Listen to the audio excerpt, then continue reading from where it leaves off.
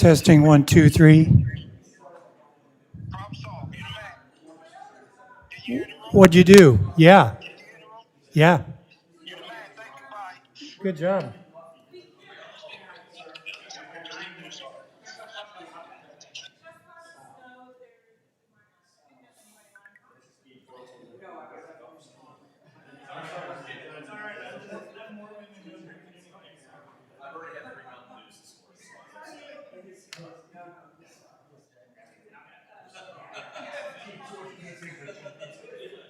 Hey, Larry, can you do one now?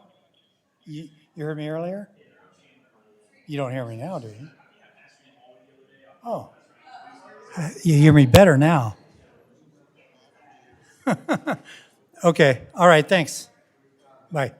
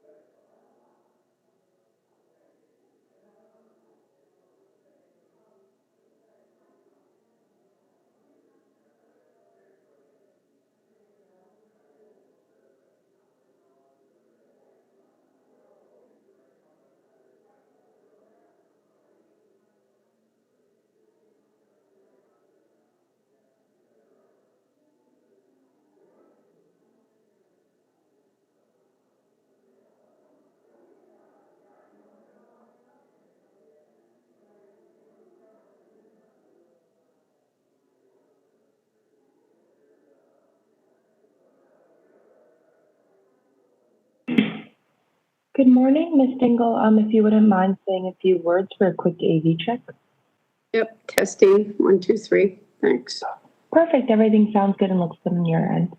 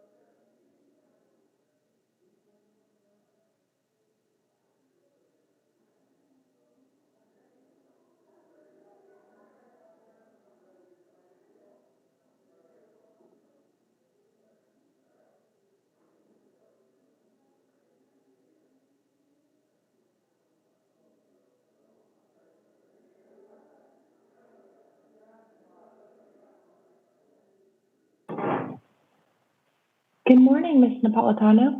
If you wouldn't mind quickly unmuting yourself for an AV check.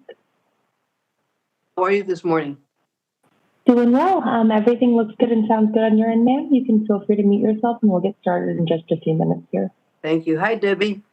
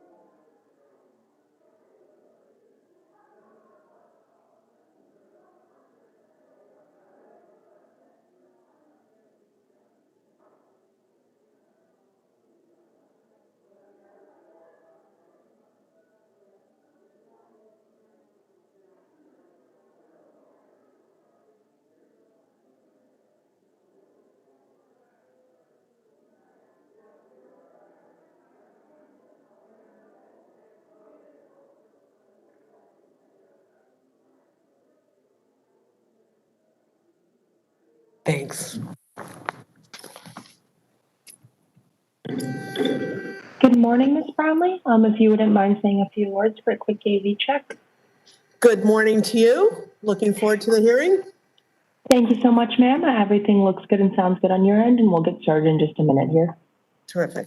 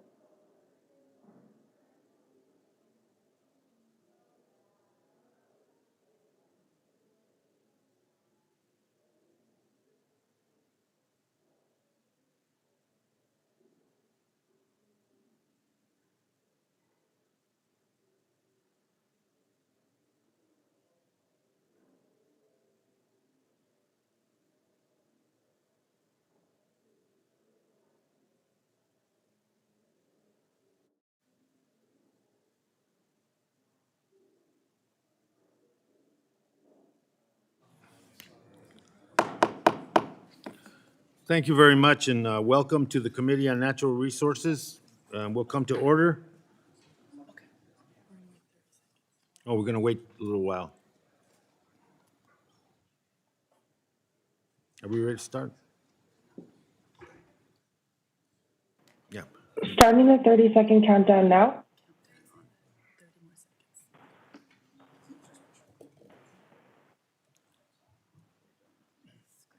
Got it.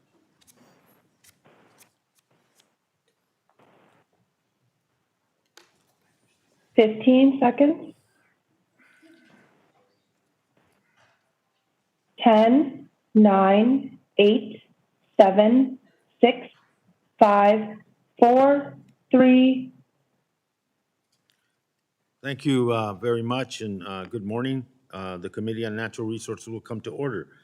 The committee is meeting today to examine the Department of Interior spending priorities and the President's fiscal year 2022 budget proposal. Under Committee Rule 4F, any oral opening statements at the hearing are limited to the chair and the ranking minority member or their designees. This will allow us to hear from our witness sooner and help members keep to their individual schedules. Therefore, I ask unanimous consent that all other members' opening statements be made part of the hearing record if they are submitted to the clerk by 5 p.m. today or at the close of the hearing, whichever comes first. Hearing no objection, so ordered. Without objection, the chair may also declare a recess subject to the call of the chair. As described in the notice, statements, documents, or motion must be submitted to the electronic repository at hnrcdoc at mail.house.gov. Members physically present should provide a hard copy for staff to distribute by email. Additionally, please note that as always, members are responsible for their own microphones as with the fully in-person meetings. Members can be muted by staff only to avoid inadvertent background noise. Pursuant to Committee Rule 3L and the latest guidance from the attending physician, anyone present at the hearing room today must wear a mask covering their mouth and nose if they are not fully vaccinated or if they are uncomfortable with informing us of their vaccination status. It is my hope with everyone's cooperation we could protect the safety of members, the staff, and their respective families as they return home. The committee has masks available for any member who needs one. Finally, members or witnesses experience technical problems should inform the committee staff immediately. I also want to take time to welcome our new member, Melanie Stansberry. She will be joining us. She comes to Congress. She represents the District Number 1 in New Mexico, retaining the seat formerly held by our guest, Secretary Haaland. Her background and expertise on the committee is going to be very useful, and we look forward to her contributions. I also want to take time to thank Representative Matsui for her contribution to the committee as she released her position to accommodate our new member, and we're very grateful and want to thank her for her courtesy and her gesture. Good morning, and let me recognize myself for my opening statement. Good morning, Madam Secretary. I'm happy to welcome you to this morning's hearing.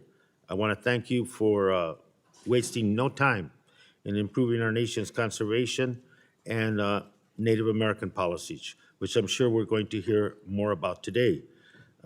This may feel like a homecoming for you since you were the vice chair of this committee, and here you are on the other side of this table as one of the first Native Americans in a cabinet position and the first Native woman in that position. It's a pleasure to see you again and inviting you to testify. Knowing the committee as you do, Madam Secretary, you realize that the goal is a deliberate and informative hearing without too much theatrics. That's the goal. But as you know, this committee, the process sometimes doesn't quite work out that way. And we have a lot to talk about, and I'm sure you're well aware of many questions we have, but if you'll indulge me, and just for a moment, I want to recognize the history that we're making today. In 1789, Congress created 3 executive departments: Foreign Affairs, Treasury, and War Department.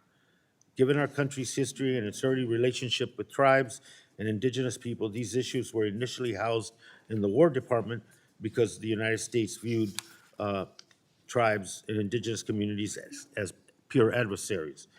In 1849, Congress created the Department of Interior to oversee internal affairs such as water, wilderness, regulation of territories, public lands, and Native Americans.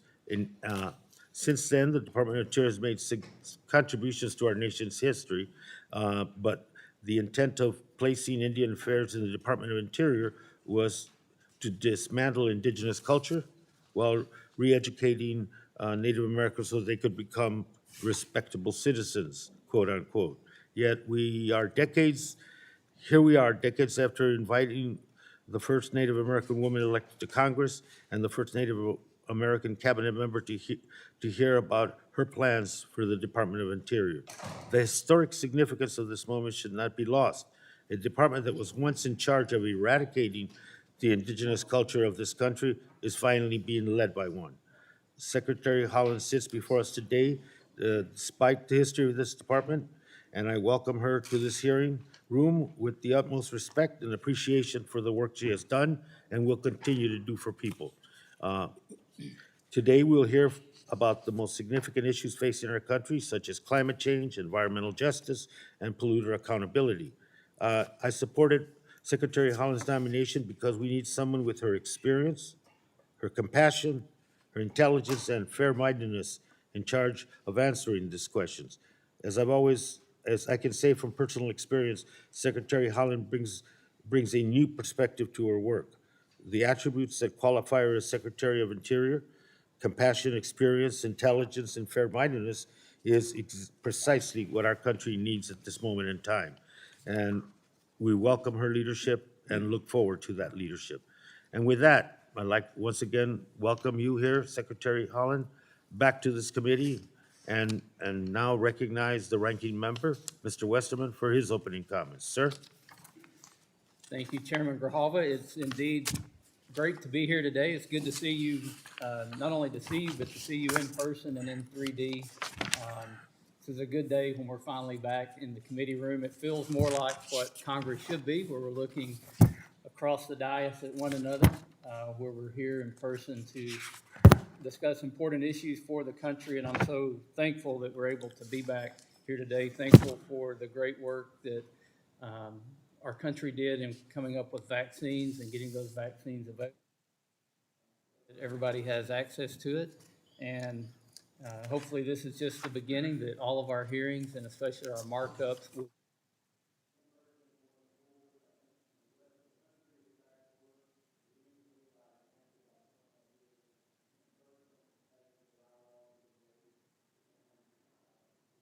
Audio, sir.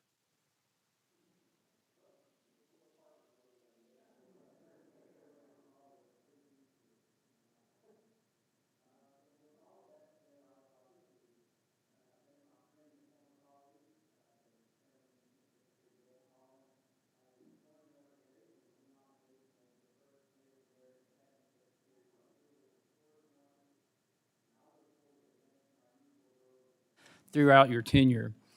Committee Republicans are focused on access, conservation, innovation, and transparency, all of which should be a bipartisan and priority. Unfortunately, the administration's proposed budget, I believe, and I think we will have a discussion about it today, falls short of many of these goals. If there's one thing that we should all be united on, and that is access. And it doesn't just mean access to recreational opportunities, but also access to timber, water, lands for grazing, energy, minerals, and much more. The administration has taken unprecedented steps to cut off access to critical minerals and vital energy sources, putting Americans out of work and jeopardizing our energy security. The budget request does nothing to reverse this tide and instead includes deeply flawed logical inconsistencies. For example, this administration canceled the Keystone XL pipeline permit, yet it supports foreign pipelines like Nord Stream 2, making us and our allies more dependent on Russia. Additionally, the budget focuses heavily on promoting renewable energy, but says virtually nothing about domestically sourcing the minerals needed to support solar and wind energy. Finally, the administration also fully funded the Land and Water Conservation Fund and other conservation programs while simultaneously cutting off those revenue sources by halting fossil fuel development. Instead of a misguided preservationist land designation, we must promote access through true conservation. This is more critical than ever, as over 75% of our western lands are currently classified as being in severe drought or worse, an ominous sign for what will surely be another catastrophic wildfire season. Unfortunately, this is nothing new. Last year was yet another historic wildfire season that burned 10.3 million acres, and 20% of that was on DOI lands. This budget includes no serious support for long-term water storage and does nothing to help us dramatically ramp up the acres in need of treatment to prevent wildfires. Two things that are desperately needed right now: drought, wildfire, and the litany of other crises facing the department will require innovative approaches to solve. I have no doubt that America is up for the challenge, but sadly, instead of incentivizing new ideas, this budget simply throws money at problems and uses catchphrases, oftentimes with little to no meaning. Finally, I'm deeply disappointed with what this administration is passing off as transparency. Not only was this budget released months behind schedule and on the Friday before a long weekend, a date I believe was chosen in the hopes that nobody would really notice the budget's release, but DOI has also ignored 87 documents requests and failed to provide 2 requested policy briefings to the committee. Secretary Haaland, as a former member of this very committee, I know you understand how important it is to be responsive to congressional oversight inquiries, so I hope you will implore your staff at the department to take these duties more seriously and to respond to all of our outstanding requests. I know many of us on both sides of the aisle share the common goal of wanting to see our environment and our natural resources thrive for years to come. Unfortunately, I believe we're just simply paying lip service to conservation while actively making it more difficult for us to be good stewards and to take care of our resources and use them wisely. Again, I would like to thank Secretary Haaland for being here today. It means a lot that you would come over and visit with the committee. And Mr. Chairman, I yield back the balance of my time. Thank you, Mr. West. Thank you, Mr. Westerman, and I want to thank again our witness today, Secretary of Interior, Deb Haaland. Thank you very much for taking the time. Madam Secretary, I won't go through I think you're pretty familiar with all the 5-minute rules and all that, so rather than repeat that whole section of what I have to say, the assumption is you know, and I think that assumption is correct. Now, the chair recognizes Secretary Haaland to testify. Madam Secretary, the floor is yours. Thank you so much, Chairman, Ranking Member. It's an honor to be here and to see all these familiar faces. Really happy to be here with you today. Very quickly, I want to let you know that I'm joined by Ms. Rachel Taylor, Principal Deputy Assistant Secretary for Policy Management and Budget. She is here with me today to sort of help make sure that you get the information that you need in full. Chairman Grijalva, Ranking Member Westerman, members of the committee, it's an honor to be here with you today. On behalf of the Department of the Interior, I was proud to serve on this committee, and it's great to be back with so many friends and colleagues. It's deeply meaningful to me as the first Native American Cabinet Secretary to be here on the ancestral homelands of the Anacostan and Piscataway people speaking before you. This committee plays an important role in the success of the Department of the Interior and our many programs. The work that Congress has done on a bipartisan basis to support priorities such as the Great American Outdoors Act, wildland fire, and tribal programs has been integral to the ability of the Interior to meet our mission, and it has had profound impacts on the lives of Native Americans and Alaska Natives in communities across our country. And in that spirit, I come before you today to present the fiscal year 2022 budget and to talk about how we can work together to ensure the department is ready to meet this moment. The 2022 budget reflects the important role Interior will play to accomplish the administration's goals to move our country forward in this unprecedented time. The President's budget responds by proposing $17.6 billion in discretionary investments in Interior, as well as legislative proposals to implement the American Jobs Plan. The programs you see reflected in the budget request lift up the President's goals of addressing the climate crisis, providing much-needed resources to tribal nations, restoring balance on public lands and waters, advancing equity and environmental justice, investing in a clean energy future, and creating good-paying jobs. I will walk through a few high-level details now, and of course, look forward to having a discussion with you later on. First, the budget supports conservation partnership programs that will advance the America the Beautiful initiative, our administration's effort to conserve 30% of U.S. lands and waters by 2030 through locally led and voluntary projects. The request also allocates the full mandatory funding for the Land and Water Conservation Fund, a program I care deeply about as a member of Congress and am thrilled to help direct as Secretary. And it includes $86 million for the Civilian Climate Corps initiative. All told, the budget includes unprecedented investments to address the climate crisis, including more than $1.9 billion in new funding toward conservation, clean energy, climate science, and fleet modernization. There is an increase of $133 million to accelerate and expand activities that support clean energy deployment across federal lands and waters. It includes more than $300 million to support fuels management activities to reduce the risk of wildland fire, funds to help prevent wildfires from taking hold, growing in severity, and threatening communities and resources. The budget request prioritizes investments in science, including $200 million in new funds that will help to understand climate impacts and make better decisions about how to mitigate, adapt, and increase resilience across the landscape in our communities. It also provides $300 million to support the President's Reclamation Jobs initiative and clean up legacy pollution by plugging orphaned oil and gas wells and cleaning up abandoned mines. It includes major investments in Indian country. The budget includes $4.2 billion across all Indian Affairs programs, which is $278 million above fiscal year 2021. We are also focused on strengthening tribal sovereignty, including a proposal for $150 million to reestablish the Indian Land Consolidation Program within the Bureau of Indian Affairs. This request also includes important increases for tribal public safety and justice programs, including a $16.5 million for programs like Interior's Missing and Murdered Unit that address the missing and murdered Indigenous peoples crisis.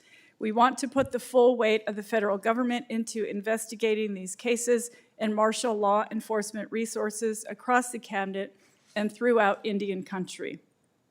Finally, to ensure our nation's legal obligations to tribes are fully met, the budget proposes to shift funding for tribal water settlements, contract support costs, and tribal lease payments to mandatory spending starting in fiscal year 2023. These are just some of the highlights of this budget request. I look forward to working with the committee to achieve these important goals. I commit to you that I will continue to honor and respect the role this committee plays with the confident expectation that working together, we can accomplish great things on behalf of the American people.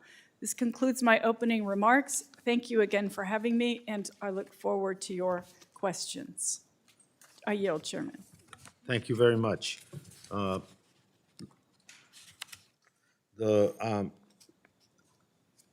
want to thank you again, Madam Secretary, and now for your testimony, and the members will now have an opportunity to ask questions. I'm going to begin by recognizing, in order of seniority, Ms. Napolitano, if she's available and has any questions. You're recognized for 5 minutes.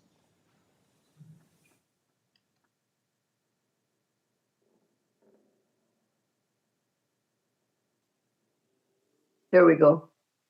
Thank you, Mr. Chairman. Madam Secretary, it's great to see you, and congratulations again But my whole premise of recycled water is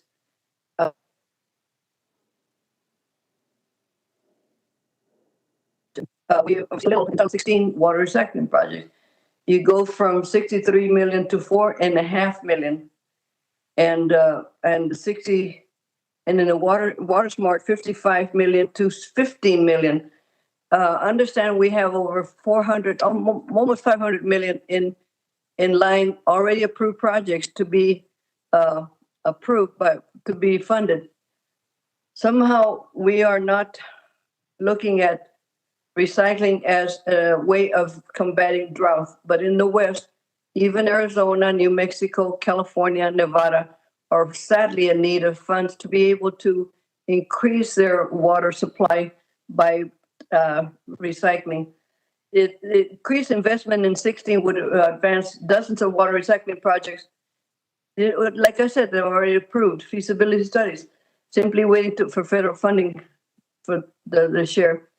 And how much demand are you seeing from water districts for Title 16 grants currently? And are the current funding levels sufficient to meet the current demand? As you know, the Colorado River Basin has been in drought for more than 2 decades with no end in sight.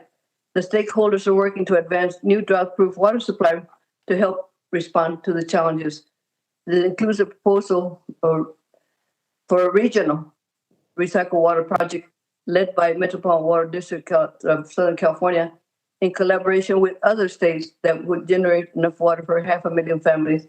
Can you tell the committee where the department will help advance regional drought projects like these to help bolster water security for communities across Colorado River? I don't understand why the drop. It should be increased. I requested 500 million to be added to Title 16. I understand Mr. Huffman and Chairman Grijalva look more at 750 million because there is such demand.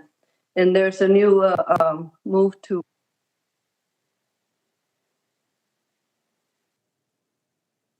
issue for regional programs. I don't know whether you can answer it right offhand, but I would like to be in touch with you to see how we can work this out. It's just not enough. And doing the diminishing of the budget for that really harms America's, the 17 Western states' ability to combat drought. Could you answer any questions? Congresswoman, thank you so much for the question. And I want you to know that we understand how severe the drought is in the West. We care about it deeply. We work on it every single day.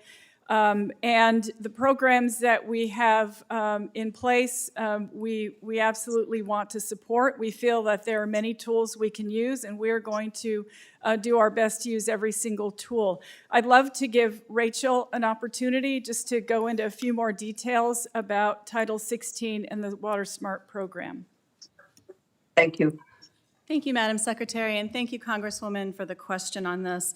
As the Secretary said, we are mindful, especially in the grip of such a historic drought, that all tools need to be used in the toolbox. With respect to your question on the Title 16 funding, we'll be happy to follow up with your office regarding the demand for applications and have a longer conversation with that. I would note that the President's budget request includes, as part of the jobs plan, $2.5 billion for Western water resilience, and so water recycling and reuse projects have been called out specifically. I know that plan is still, the details are still being worked out, and that's something that I fully intend to work with the committee and work with you all on. That is just minimal of funding. The funding that is required because of what's already approved is way beyond that. And I would like to have a conversation with you on that because it affects not only California, Nevada, and New Mexico, and Arizona, and the Colorado River is at an all-time drought and getting worse. It is critical. It is very imperative that we take steps to be able to fund programs that will help with the water resiliency in many of those areas. And I look forward to it, to work with you, Ms. Secretary. Thank you very much, and I yield back. Gentlelady yields. Let me recognize the ranking member. Mr. Westerman, you're recognized, sir. Thank you, Mr. Chairman. Secretary Haaland, probably a little known fact by most Americans is that 40% of the land along the southern border is federal land that falls under the management of DOI. This year already, there's been 105,000 pounds of methamphetamine seized and an astonishing nearly 6,500 pounds of fentanyl. That's enough lethal doses of fentanyl to kill 1.4 billion people. Almost four times the population of the United States. My first question is, what is the administration's plan to ensure that DOI's lands on our southern border are protected, and why didn't the department budget request any money specifically for this purpose? Ranking Member, thank you so much for the question. And with respect to any of those budget requests, of course, we are always going to be happy to meet with you and give you any details that you like. But if Rachel has something to add there, I would appreciate it. Yeah, I'd be happy to follow up on the numbers. I mean, I think we're taking a look at the manpower issues and also the environmental issues that are related to the border. So I'd be happy to follow up with you on that one. Yeah, and I would be interested in following up, and especially talking about the environmental issues on public lands where illegal traffic's going across. Just as another part of that, according to the DEA, Mexican traffickers are the principal suppliers of most illicit drugs on reservations in Indian country. A few weeks ago, I had the opportunity to travel in the Southwest and visit with a lot of tribal leaders, and unprompted, every place I stopped, they talked about the problem with illegal drugs on their tribal lands. So as this border crisis allows for more dangerous drugs to flow into our country, how will you work specifically to combat the flow of illicit drugs on tribal lands? Thank you very much, Ranking Member. So one thing I can say is that the President essentially wants to use an all-of-government approach for many of the issues that cross our departments. And of course, the Department of the Interior is one department that might deal with issues of that nature, but there are others as well. I would like to honestly get together with other members of the cabinet to discuss the issue, and we would be happy to revisit this issue with you. Thank you, Secretary. The administration's budget supports the 30 by 30, which is based on a similar global initiative. In April of this year, 245 non-governmental organizations signed a letter criticizing the global 30 by 30 initiative over concerns that it could displace up to 300 million indigenous peoples and lead to serious human rights abuses by conservation organizations and enforcement agencies. How can this administration claim to support indigenous peoples at home when one of your main priorities is based on a global initiative that has sparked serious human rights issues and concerns over indigenous peoples around the world? Thank you so much, Ranking Member. The America the Beautiful initiative is we're looking at it as a collaborative effort. We feel it's one that can bring our country together, that can unite us in a conservation effort that would actually invite tribes. President Biden has made it a priority of his administration to ensure that we have robust tribal consultation across the government. We intend to make sure that we carry that out. We have already spoken with many tribes and stakeholders regarding the America the Beautiful initiative, and in that spirit, the collaborative spirit, we will move forward with it. And I thank you for your concerns, and of course, we'll look at all the issues with respect to this initiative and make sure we're informed as we move forward. Thank you, Secretary. I know from previous service with you on this committee that justice for indigenous people is very important to you. We are currently investigating the World Wildlife Fund for potentially using federal grants for eco guards who raped, murdered, and forced indigenous peoples from their homes in the name of conservation efforts like 30 by 30. DOI's budget provides an additional $6 million for the Fish and Wildlife Service's International Affairs Division, which has been at the center of this controversy. Why are we using taxpayer money to fund organizations with serious human rights abuses? And will you commit to continuing the Trump administration's freeze on that grant funding to organizations like WWF with histories of such abuse? Thank you, Ranking Member. I can guarantee you that all of these grants and so forth, they undergo very stringent reviews, and I will take your comment and your concern back to the department and make sure that they will look at that. Thank you again, Madam Secretary. I'm out of time. I've got more questions I'll submit in writing. Mr. Chairman, I yield back. Gentleman yields. Let me recognize Congressman Costa for his questions. Sir, you're recognized. Thank you very much, Mr. Chairman, members of the committee. Madam Secretary, we are so proud that one of our own members from this committee would be chosen to be the Secretary of the Department of Interior, and the President fitting and appropriate that the first Native American to serve in this very important position. And I, for one, I know will be looking forward to continuing to work with you in this important partnership. I want to talk about drought in California and western states, and also a bit about the fire issues with our park and forests, and coordination between your efforts and the United States Department of Agriculture that has a large responsibility on forest management. I don't have to tell you, we've got extreme drought conditions in the West. In California, we think it's, and we're not, with climate change, obviously, they're increasing with the intensity. This may be the worst drought since 1977, 78. Yet there are more demands on California's water system, and I would say for the West, the Colorado River and others, than ever before in our history. And therefore, we've got to work together. The governor has proposed a $5.2 billion drought resistance plan to help the state in a host of different areas. I know this budget that you're talking about here today was proposed earlier. Things have only gotten worse since this budget. I would urge you to take another look at it. Frankly, I agree with my colleague, Grace Napolitano, that in Water Smart and a host of these areas, we need to plus them up. We in Congress, I'm going to do everything I can to do just that in some of our infrastructure packages. One of the areas that's very important in this funding effort is also, though, trying to balance transfers when they can in our water system. We're looking at some opportunities in July. We just had an important water workshop, bipartisan state and federal officials. Ernest Conad was representing the department.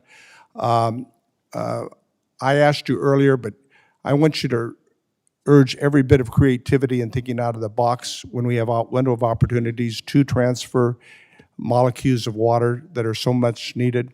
We have some of our farm communities that we're going to have literally hundreds and thousands of acres of land fallowed, maybe 1 million or more.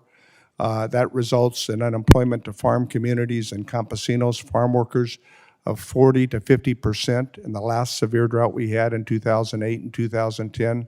Those are communities and people hurting. Do you care to respond? Thank you so much, Congressman. And I share a deep concern with you about the drought. It's an issue that that we work on every single day. There are members of my senior staff who are on this issue.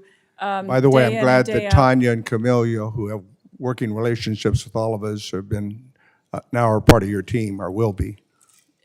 Yes.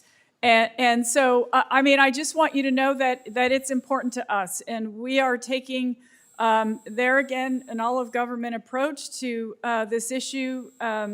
As we mentioned, the $2.5 billion for Western water resilience, we're happy to work with you on that number and would, of course, welcome anything. Right, on that point, we've got an effort that I think we have bipartisan support for the restoration of the Friant Kern Canal, the Delta Mendota Canal, and the California Aqueduct. The governor's got money in his budget, and we're looking at that as a part of our effort.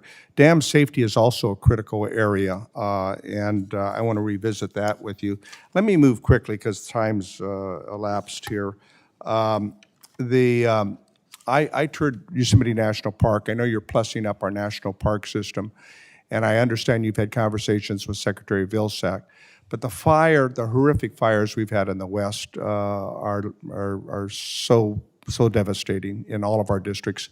I suggested that there's a joint role and responsibility between Interior and USDA with Forest Service. Are you working together to update the forest management plan? Because it not only affects our forests, but our national parks as well. And the maintenance is needed. The superintendent, Cicely Muldoon, great superintendent, gave me a 3-hour tour of all the updates that are needed in Yosemite, and that's just but one of our crown jewels of our national parks. Thank you so much. Yes, Secretary Vilsack and I meet regularly regarding this issue, and I am happy to ensure that I take your concerns back to him.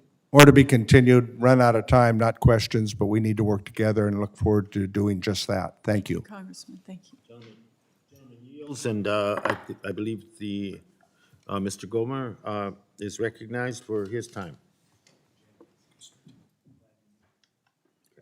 Go to Lambert. Okay. Mr. Lambert? Okay, Sir, thank you, you're Mr. Chairman. recognized. Thank you. Thank you. And Madam Secretary, it's good to see you. I remember you used to sit right over there not that long ago. So now you have a different seat, a little more power perhaps. But I'm going to just jump right in because of limited time. There's this comprehensive review that's going on for oil and gas leasing on federal lands. Thank goodness a federal judge has issued a temporary restraining order against that because of all the jobs and energy that would be hurt because of that ban. But is this going to result in a permanent ban on federal lands of oil and gas production when this review is completed? Thank you so much, Congressman, and it's nice to see you as well. Thank you for welcoming me here. The pause on oil leases, as you know, it was for new leases. There's still millions of acres that are open and thousands of permits that are actually working right now. The decision of the court is under review in the solicitor's office. They're working with the Department of Justice as well to review that decision. Of course, we will abide by any decision that we are ordered to, and we will be happy to be in touch with you as to next steps. But I just want to make sure you know that the pause is on new leases, not existing leases or permits. But do you anticipate a permanent ban of production for new leases when the review is done? As I have said many times, gas and oil production will continue well into the future, and we believe that is the reality of our economy and the world we're living in. Does that mean you would favor new production in the future? I have always said that I am going to absolutely follow the law. We're going to make sure that the reason for the review, of course, we want to make sure that American taxpayers are getting a good return on essentially their investment. Now, with that in mind, about $10 billion comes in to the federal government from oil and gas leases currently, and a lot of that is used for like the national park backlog and conservation efforts and other really good incentives, and the rest goes into the Treasury. How are we going to replace $10 billion if there is a permanent ban, which you're sort of in doubt about? No, I don't think there is a plan right now for a permanent ban, Congressman. But as I said, the review will come out early summer, and we will assess the gas and the fossil fuel programs at that time. And of course, we are happy to talk with you further. If you have any questions, you're welcome to give us a call, and we're happy to make sure that that we're approaching it in a transparent manner.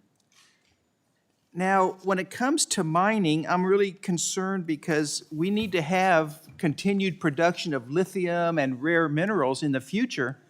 If nothing else, for electric vehicles. plus computers, cell phones, and everything else that we use these important substances for.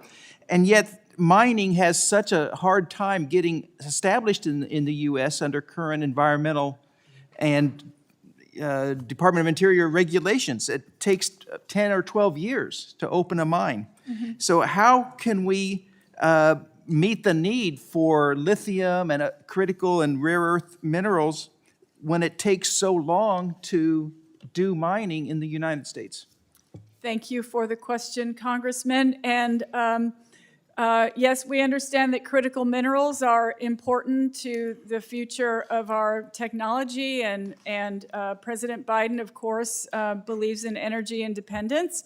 I think that the United States and the Department of the Interior want to make sure that any mining that's done takes into consideration the environment. We have to make sure that we're doing things with respect to the environment, that workers are protected in mines and so forth.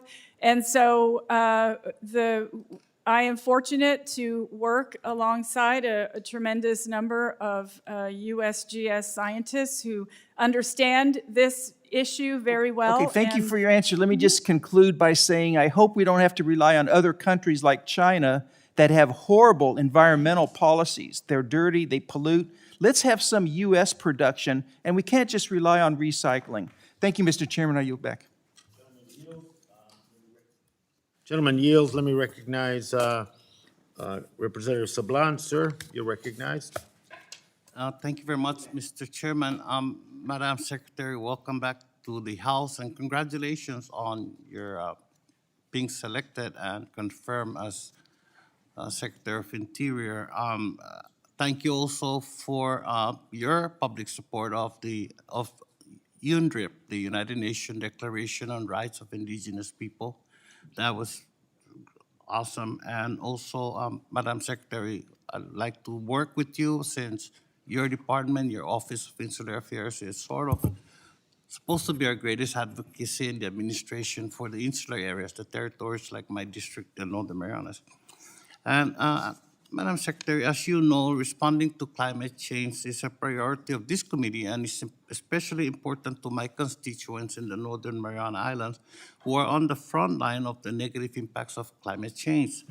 So I congratulate the President and your department for almost doubling to $15 million funding for the Energizing Insular Communities program in your department's budget. Congress has been plussing up this line item for the last several years.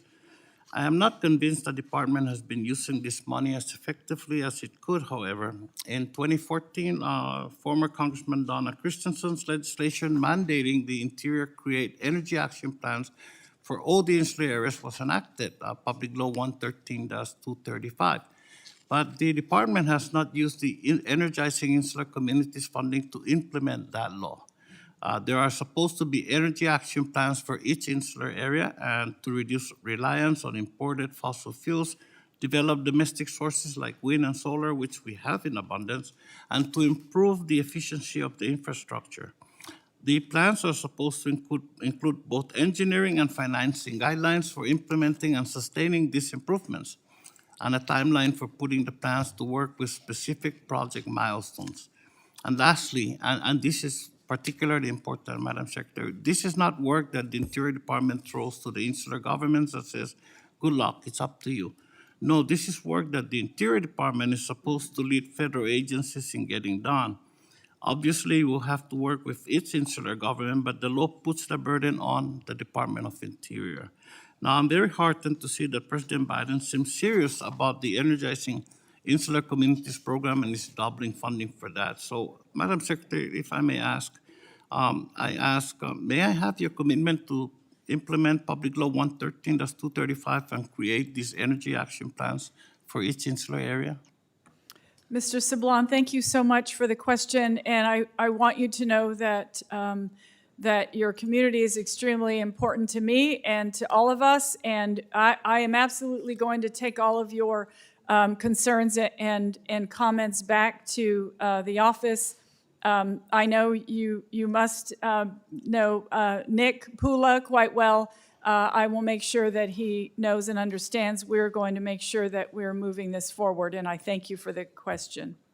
Yeah, thank you, and thank you for, yes, I do know Mr. Pula, and we've been encouraging the office to comply with the law, and the law also requires that, that the department provide annual reports to Congress on the implementations of the law. So, Madam Secretary, respectfully, I must also ask that could we have your commitment that you will be making those annual reports to Congress on the implementation of that law? Yes, thank you, Congressman. All right, thank you. And the law also requires you to create teams of technical, policy, and financial experts to assist each of the insular areas in developing and implementing their respective plans. May I also have your commitment, Madam Secretary, that you provide this committee with the names of the experts for the team for each insular area so we can be assured that the planning and implementation is in good hands? We will follow. We'll you. follow the law. We'll follow the policies. We'll make sure you get what you need. Thank you. And Congressman. Thank if I may, Madam Secretary, I'd like for you to know that you have an open standing invitation to come visit the Northern Marianas. And finally, Madam Secretary, I know it's not the jurisdiction of this committee, but I was sort of heartened to see that there's some money that's indicated or identified in the President's budget that is meant to maintain and improve the conditions of Bureau of Indian Education schools in Indian country, which is really sorely needed. But thank you for that also. And Mr. Chairman, I yield back. Would gentleman yield for question? Quick. When's the last time a Secretary of Interior visited the Northern Marianas, Mr. Sablan? Not in the 13 years I've been here, but it's been a while. It's been a while, Madam Secretary.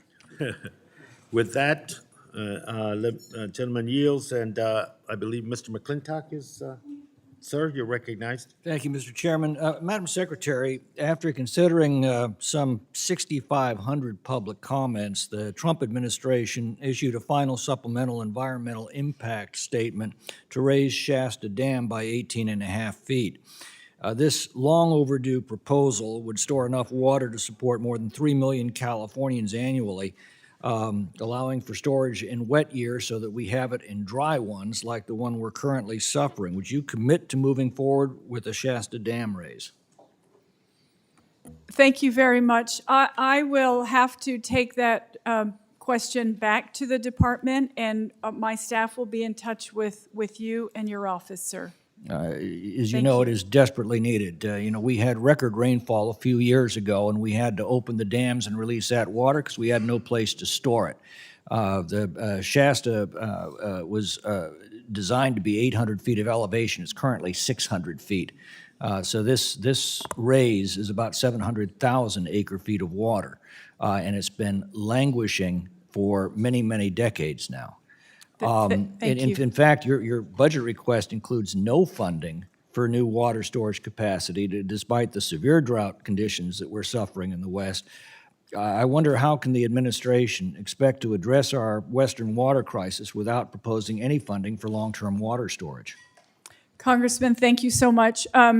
Water storage is absolutely one of the tools that we are looking at with respect to water conditions and drought in the West, and I appreciate you raising that, and very happy to follow up with you on that specific issue. Okay, I've just raised two critical questions for the people of the Western United States, and I've gotten answers to neither of those questions, and they are simple and fundamental to the responsibilities of this government. Let me try a third time. Earlier this year, more than 200 Western water, agriculture, and urban organizations sent a letter to Congress and to the White House requesting an all-of-the-above approach to funding Western water infrastructure to be included in any infrastructure stimulus package. The reclamation provisions of the WIN Act expire this year. Do you support WIN Act reauthorization? Yes, the WIN Act has been very helpful to many communities. So the administration will support its full reauthorization? Let's see, we're working to send recommendations to the Energy and Water Subcommittee pursuant to the 2016 WIN Act to That's- allocate funding for water storage, desalinization, and water recycling. All right, thank you. I've heard from a number of constituents who are upset with the reservation system for Yosemite National Park. The National Park Service is requiring reservations to enter the park through September 30th, citing COVID, despite the fact that California is now fully reopened and the science demonstrates that COVID does not spread outdoors. Will you commit to ending the reservation system and restoring full public access to the park? I appreciate the question. Of course, we would certainly, I feel it's my duty to make sure we're consulting with folks on the ground, and certainly we would talk to the superintendent of that park and be happy to have the conversation Well, with these restrictions NPS continue to have overall. devastating impact on the gateway communities that depend upon tourist travel to Yosemite for their very economic existence. Yes, thank you. One And of the goals that we set in the majority was to restore the federal government as a good neighbor to the communities that are directly impacted by the federal lands. Consulting the superintendent is not consulting the communities. I will assure you the communities are in desperate need of lifting these restrictions, which have no foundation at all in science. Well, Congressman, if I may, I am pleased overall with President Biden's work to help make sure that our country is getting vaccinated, and I know that things are definitely But that has nothing to opening do with the science that has clearly shown that COVID very, very rarely spreads outdoors. In fact, by ordering people indoors, I think that the government made a huge mistake. But we can discuss that later. One more question. You claim to prioritize wildland fire risk, but earlier this year, the administration endorsed the Protecting America's Wilderness and Public Lands Act, which would add 1.5 million new acres of wilderness. Over the past 10 years, nearly 7 million acres of wilderness and wilderness study areas have burned in catastrophic wildfires and may jump into other federal, state, and private lands where they cause even more destruction. I wonder, how can this administration claim to be serious about wildland fire management when you're endorsing policies that tie the hands of federal land managers and prevent necessary treatments of our public lands that are so desperately needed? On Mr. McClintock's last question, the time is up. If you wish to answer it or send the question to the committee in a response in writing, that would be appropriate as well. Thank you so much. I appreciate very much your questions, and we will absolutely respond in writing. Thank you. Thank you. Gentleman yields. Mr. Huffman, sir, you're recognized. Thank you, Mr. Chairman. And Madam Secretary, it is a great honor and a pleasure to address you as our new Secretary of Interior. Thank you and welcome back. One of the most important things I think that you and your colleagues in this administration have done is to thoughtfully reconsider and in some cases reverse ill-conceived policies of the last administration. And this certainly includes the decision to suspend the oil leases in the Arctic Refuge, which were rushed through during the waning days of the last administration. These leases were announced just minutes before the mob of Trump supporters stormed the Capitol on January 6th. They are of dubious legality. They're a terrible idea policy-wise. They're deeply unpopular, and I applaud you for suspending them. I urge the department to take the next step and to throw them out entirely so that we can keep working on permanent protection of that very unique and pristine place, the coastal plain of the Arctic Refuge. We've already talked a bit about climate impacts here this morning, and in my district and in California, of course, we're feeling some of the worst of these impacts with wildfires and drought. The concerns that my colleague Jim Costa raised about the very real hardship that farmers are feeling in the Central Valley are real. But there's also other interests at stake with this drought, and I thank you for engaging with me on the critical conditions in the Klamath Basin, because we have tribes, we have fishermen, we have ecosystems, all of them are suffering But you wouldn't necessarily know that there are all these other stakeholders and interests by looking at the previous administration, because your predecessor always had his thumb on the scale for his former lobbying clients. And I am so glad that after a century of giving a free pass to the fossil fuel industry and others, and a revolving door of special interests, that this administration is taking a new approach. One thing I want to suggest is, in agreement with what a couple of my colleagues have already suggested, this drought, I think, does merit reconsideration of some of the budget amounts for Title 16 and WaterSmart. Given the severity of this drought, WaterSmart in particular, water conservation is the fastest way we can bring water and better water management online. It is decades faster than any type of new dam someone might propose to build. It's cost effective, it's got local matching funds, and it really makes a difference quite quickly in drought-stricken communities. So to see that line item actually decrease in the budget was troubling for many of us, and I hope you'll continue to work with Congress to find an appropriate level of support for that critical program. I'm also glad that we're talking about more than just the Band-Aids, the triage from these various climate impacts, that you and your colleagues in this administration are looking upstream at the drivers of these climate impacts. And in that regard, I want to thank you for something that you've already been criticized about this morning by my colleagues across the aisle. This is a moment that, of course, compels us to reconsider the century of impunity that the fossil fuel industry has had with respect to our public lands. And the fact that you have put a pause on federal oil and gas leasing is entirely appropriate. But a lot of the sky is falling doom and gloom that we're hearing from fossil fuel interests about this, I think, is misplaced. And so I want to ask you about all of the stockpiled permits and leases that are out there, even in the face of this pause, that are going to continue potentially to move forward. This is not as if someone just flipped a switch and shut off oil and gas development on public lands. Could you speak to that and the fact that, as I understand it, companies already have access to over 26 million acres of land, and the current leasing pause does not affect existing oil and gas production or all of those stockpiled leases and permits?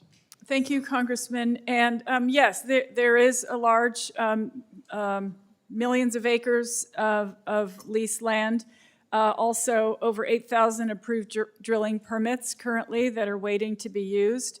And so we recognize that the oil and gas production continues, even in the face of the pause on new leases.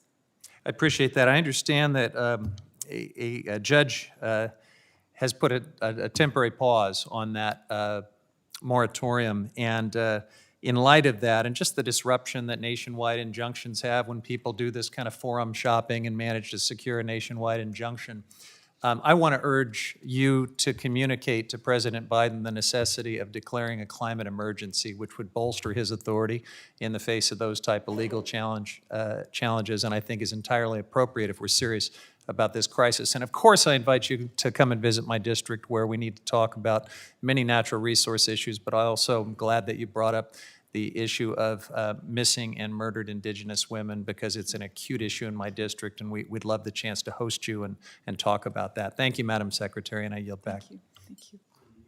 And I believe that Mr. Gosar is recognized. Sir? Yes, can you hear me? Can you hear me? Yes, you're heard. Okay.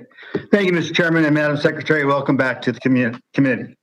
In your budget, you have a significant amount of money for tribal water settlements, which I think is important for us to settle many of these outstanding water commitments, particularly as the West faces what could be an epic shortfall of water.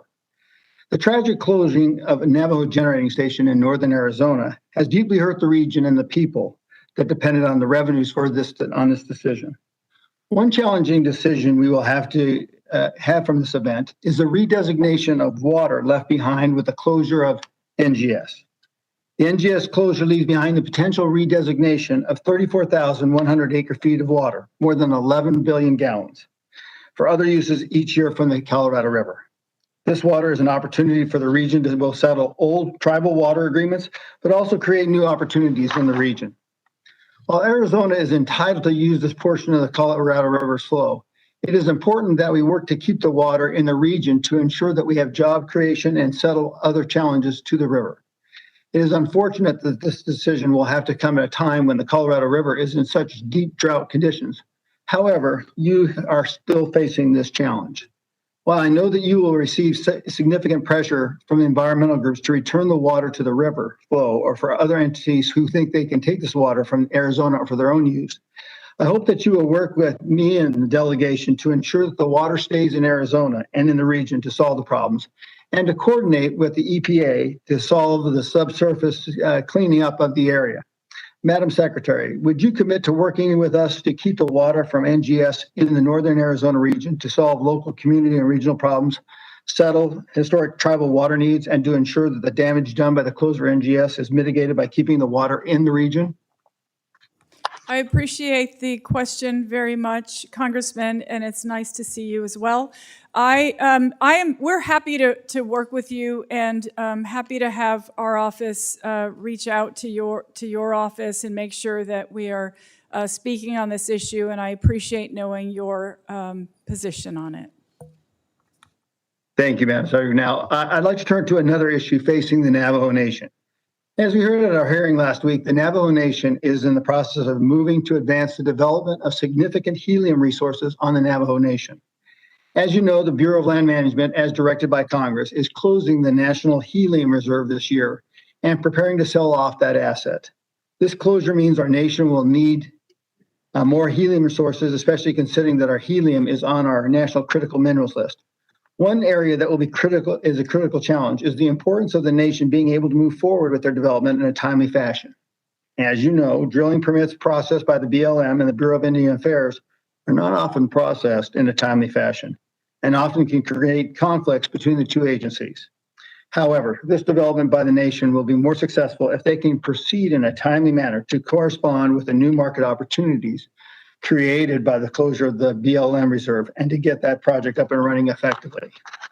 Finally, we know that the Russian Federation is working to develop their own helium resources to compete, and we cannot delay our domestic development, then watch Russia speed their own development up and harm our efforts. Therefore, would you work with me and the Navajo Nation when they come to ensure that the permits that they will need will be processed in a timely fashion, and that the historic bickering between the agencies that has slowed permitting in the past is limited to ensure that the Navajo Nation can develop their own resources, create jobs, and provide a critical resource to the Arizona and American economy? Thank you, Congressman, for the question. First, I'll say what I mentioned before. President Biden believes in energy independence, of course. We are working toward that. And also, tribal consultation is a priority of this administration. So we will absolutely ensure that we are consulting with the Navajo Nation on any of the issues that they would like to consult on. And of course, we're happy to continue to reach out to your office as well. Yeah, it's very important that the coordination, to be streamlined. I know that, on the west side, the Colorado Indian tribe had problems with water mitigation and even wanted to leave the Indian services and go to the Bureau of Reclamation. So if it all could be established to streamline that process, it would be worked out fabulously. Thank you so much, Congressman. Thank you very much. And Mr. Chairman, I yield back. Thank you. I believe that Mr. Lowenthal, Congressman, you're recognized for 5 minutes, sir. Thank you, Mr. Chairman, and Secretary Haaland. Thank you for being here with us today. We miss you in the House of Representatives, even though you see this background. I am not really at the beach. And we all miss you here on the committee, and I will always treasure when our committee took our field trip to Chaco Canyon with you. But I'd like to talk about a couple of issues. One is offshore wind, and the second one is the Migratory Bird Treaty Act. As far as offshore wind, I'd like to ask about offshore wind development off the coast of California. The Department of Interior has made significant progress in the past few months on offshore wind, including some important breakthroughs on the West Coast. What are some of the unique challenges on the West Coast, and how is the department working with stakeholders to overcome them? I know you're working closely with the Department of Defense, for example, but I know that there are other areas where you're also engaging. What are the next steps for offshore wind development on the West Coast? And how do you plan to hear from stakeholders like tribes, fisheries, and the maritime industry? Thank you so much, Mr. Lowenthal. I didn't think you were at the beach, but thank you for clarifying that. Of course, we're very proud of the work that we've been able to advance on offshore wind. You've heard about several of our projects getting off the ground, and it was a pleasure to meet with Governor Newsom recently to announce the 2 areas in the Pacific that could support 4.6 gigawatts of clean energy to power 1.6 million homes. That is an exciting opportunity, and it's wonderful to think about and of course, to work on. So we are always committed to active engagement with stakeholders. We have done that, and we'll continue to do it. We want to make sure that everybody has a voice in how these projects move forward. And of course, happy to also consult with you as well. So if you want us to contact anyone in particular, we're happy to do it. But we feel very confident that we try to do an excellent job at ensuring that voices have a seat at the table. Thank you, and we will contact you. Secretary Haaland, thank you for your department's work to undo the damage that the last administration did to the Migratory Bird Treaty Act. The reality is the whiplash of how MBTA is interpreted is bad for everyone. Companies don't have certainty about how the government will view the impacts of their 30 to 50-year projects on birds. Birds themselves get unnecessarily killed. I know your department is leading the way on the deployment of renewable energy, as we just spoke about, to address the climate crisis. And I think we have a real opportunity to get both bird conservation and wind energy right from the start. The budget request for the Fish and Wildlife Service includes an extra $18.2 million for migratory bird management. How will those funds help with the responsible deployment of clean energy and the necessary updates to MBTA implementation? Thank you so much, Congressman. I'll talk briefly, and then I'll hand it to Rachel in case she has anything to add. But right now the Fish and Wildlife Service is reviewing public comments on the proposed rule. And so we'll consider appropriate next steps. We'll move forward on that. And if Rachel has anything to add, I would invite her to. Thanks so much for the question. I mean, just a couple points. Obviously, migratory bird management is going to include habitat. It's going to include data collection. You're going to have a good handle on how the health of species moving forward. The budget does include additional planning activities for the Fish and Wildlife Service as well, which will help resolve potentially in advance some of the conflicts related to clean energy projects. And we want to make sure that we're, in full compliance with the ESA as we move forward with the president's agenda for clean energy. Thank you. Thank you, and I look forward to continuing to work with you and the administration on this issue, and I yield back. Gentleman yields. Thank you, Mr. Lowenthal, and let me recognize Representative Graves. Sir, you're recognized. Thank you, Mr. Chairman. Madam Secretary, congratulations. Good to see you again. I don't know why you would take that demotion from your previous perch, but congratulations to you. Madam Secretary, do you know how much oil was imported from Russia in May or June of last year to the United States? Congressman, I don't have that From figure at the Russia. top of my head. All right, let me make sure I came out of my mouth correctly. Imported to the United States from Russia. So last May and June, it was none. It was zero. And this was during the Trump administration. Do you know how much has been imported for May and projected to be imported for June from Russia? I don't have that figure on the top It was of my head. nearly 6 million barrels for the month of May, and it's projected to be in excess of 7 million barrels for the month of June.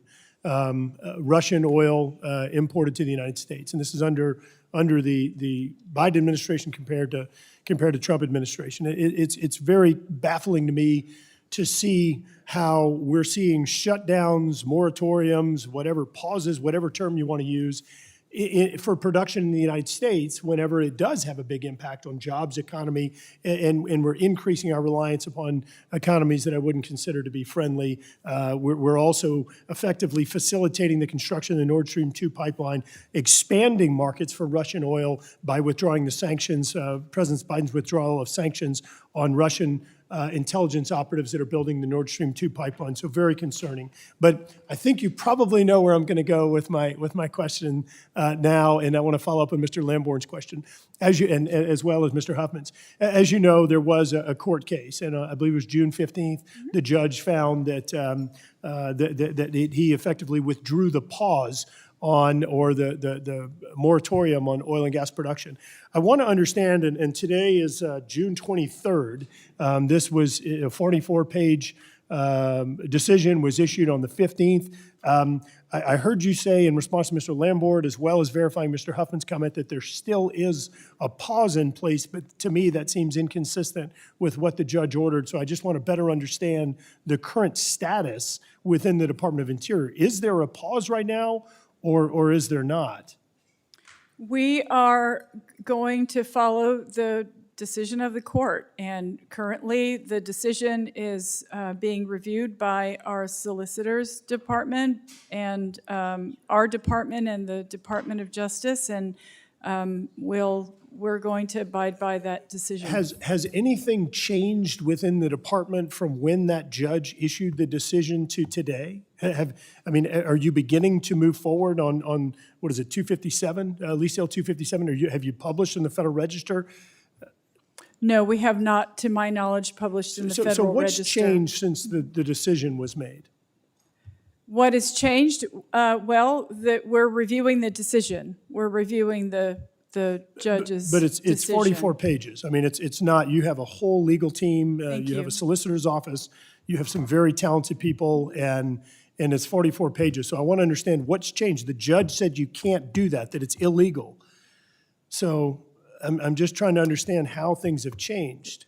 Thank you, Congressman. I will be happy to make sure that I get you a detailed answer on your question, and we'll be happy to I'd revisit really you. appreciate that. This is very important to me, and I know you know that every time this issue would come up when you served on this committee. Very important. Last question I have for you. Last year, in my home state, depending on how you want to count, we had somewhere between 5 and 7 storms that pounded coastal Louisiana, resulting in the loss of life, devastation of communities, economy, wiping out areas, and ecological damages, substantial ecological damages to one of the most productive, ecologically productive areas in the coast of the United States. When you stop energy production, you stop the revenue sharing that under our Constitution in Louisiana is committed to hurricane protection, to flood control, and to restoring the coastal ecosystem. What would you say to those people at home that are going to suffer as a result of this decision to stop energy production and stop the investment in the resiliency of those communities? Congressman, first, I would like to just say how sorry I am. I know there was the losses that your community has suffered, and I'm extremely sorry for the losses that they have suffered in these terrible weather patterns that are happening because of climate change. So I want you to know that production on existing leases continues. As I've mentioned before, there are millions of acres of leases currently that are moving forward. There's over 8,000 permits to drill that aren't being used as of yet. And so we want to make sure that you you know that there is production still happening in this country. Thank you. And I do want to follow up with you, please. Thank you. Thank you. Yield back, Mr. Chairman. Thank you. Gentleman yields. Let me recognize the gentleman from Arizona, Representative Gallegos. Sir, you're recognized. Thank you. Thank you, Madam Chair. What was happening in the economy last year around May and June of 2020 that may have affected oil demand? Can you think off the top of your head? Thank you for that question, and I believe it was the pandemic. Yes. I Well, believe the gentleman the yield, total. I'm happy to choose another month. No, I do not. So just to be clear, that probably affected our demand for foreign oil since we essentially shut down the economy, so people weren't going to work, factories weren't going. So just wanted to be clear about that. Madam Chair, thank you, and it's good to see you again. I'm also very grateful that your department has made it a priority to review President Trump's illegal shrinking on Bears Ears National Monument. And I was glad to see that reporting that your department recommended a full restoration of the monument of President Biden. As you know, Bears Ears is a sacred place for indigenous people in the region, and the longer it goes without full protection, the more the land is vulnerable to vandalism, destruction, and extraction. Given the urgency of restoring protections of Bears Ears, can you provide any update on when a decision on this matter will be announced? Thank you so much for the question, Mr. Gallego. And of course, that is entirely up to the president. It is under the prerogative of the president. The Antiquities Act is something that the president exercises, and so that, of course, would be a question for President Biden, and we will await his decision as well. Can you describe the tribal consultation your department did during the review process and whether your department has taken into account the tribe's request to expand the monument to their full 1.9 million acre requests? Thank you very much for the question. And yes, we did. I traveled to Utah and I met with the Bears Ears Intertribal Coalition. We did speak with tribal leaders separately. There were tribal leaders who attended several of our town halls that we had during the time I was in Utah. And so we took the tribal consultation issue very, very seriously. And so I appreciate the question. Thank you, Madam Chair. And we've heard repeated complaints from my colleagues across the aisle about lack of local input into Bears Ears National Monument. Secretary Haaland, can you confirm that you've met with local Utah stakeholders, not just obviously the tribes involved, but actual local Utah stakeholders, the county governments, local governments also, while going through this process? I absolutely did, yes. We had, I think we had 6 town halls where a number of those elected officials participated, and we welcomed farmers, ranchers, outdoor business owners, folks who owned stores and retail operations, and so we felt we even met with some children who came in. So we felt we had a good overall sense of what the community, what was on their minds. And then as the former chair of the Subcommittee for Indigenous Peoples, I'm glad to see your budget includes a 28% increase in the funding for the Bureau of Indian Affairs. Can you highlight the importance of this increase in addressing some of Indian country's dire infrastructure needs? What else do you need from Congress to begin to meet these needs? Thank you so much. I would love to give the floor to Rachel for specific needs, but thank you for raising the issue of infrastructure. That is something that is absolutely important. Thank you, Madam Secretary, and thank you so much for the question. I mean, I think this budget overall is very strong for tribal programs, and I think we include both infrastructure and programmatic increases. A few things that are worth mentioning within the Bureau of Indian Affairs are the additional commitments to trust natural resource management programs. There's a significant investment for climate resilience and work that would be done with tribes on the ground that are addressing climate needs, including potentially relocation issues. And then we have public safety and justice programs that are also highlighted, which we all know are of need of additional resources, and that includes a 13% increase, including the missing and murdered investments that the the Secretary mentioned earlier. It's important to note that, the budget maintains investments in public safety construction, in Bureau of Indian Education construction. We are very grateful for the additional resources for BIE schools through the Great American Outdoors Act. And so I think that overall, the budget includes some balanced investments for Indian country that are well-deserved. Thank you. Thank you, and thank you, Madam Chair. I yield back.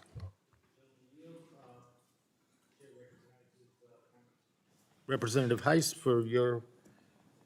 Thank you, Mr. Chairman. And Secretary Haaland, again, as you've heard many times today, welcome back and congratulations on your new position. You may remember from the time when you were here that my particular district we're rich in history in this country, and one of the Revolutionary War sites was the Kettle Creek battlefield site, and we are pleased that this past year Kettle Creek was given the status of a National Park Service affiliated site. And I want to thank everyone on this committee, both sides of the aisle, for participating in that action. That is very appropriate, and it was very much welcome in our district. And also for the Department of Interior for the role in that, particularly under the Trump administration while we were working through all those details. I would like to say that since this current administration, our office has reached out a number of times to the Department of Interior to try to finalize the events for Kettle Creek and the presentation of the NPS arrowhead to the site. And unfortunately, to this point, we've had little to no communication with them. And I would like to know if you have any updates, if you have any information on the event or the awarding of the arrowhead for Kettle Creek. Congressman, on the top of my head, I do not, but I will make sure that I go back this afternoon and ensure that somebody contacts your office and lets you know what the status is on that. And Okay, thank you for bringing that up to me today. Thank you. We really would appreciate that. As Yes, you can of imagine, course. that is a big deal for our district, and particularly those that have worked tirelessly, literally for decades, to get recognition of Kettle Creek. And so I welcome working with your department, and would in advance invite you to be a part of that ceremony when it takes place. We would be honored to have you. With that, if I could transition, looking at the budgetary proposal here, the increase is pretty staggering, 17%. I think that's a significant amount. How in the world are we going to pay for these increases? Thank you very much for the question, Congressman. And that is a question that I could actually turn over to Rachel, if you can answer that, Rachel. Certainly. I mean, I think the president's budget includes more than the Interior Department, and so there are some assumptions for revenues and tax policy that are associated with it. I mean, the president has made clear that he views this as a balanced budget that's going to help, a balanced in the sense of a budget that reflects the priorities of the nation and is going to produce the kind of economic growth that is necessary, that will help address some of the needs.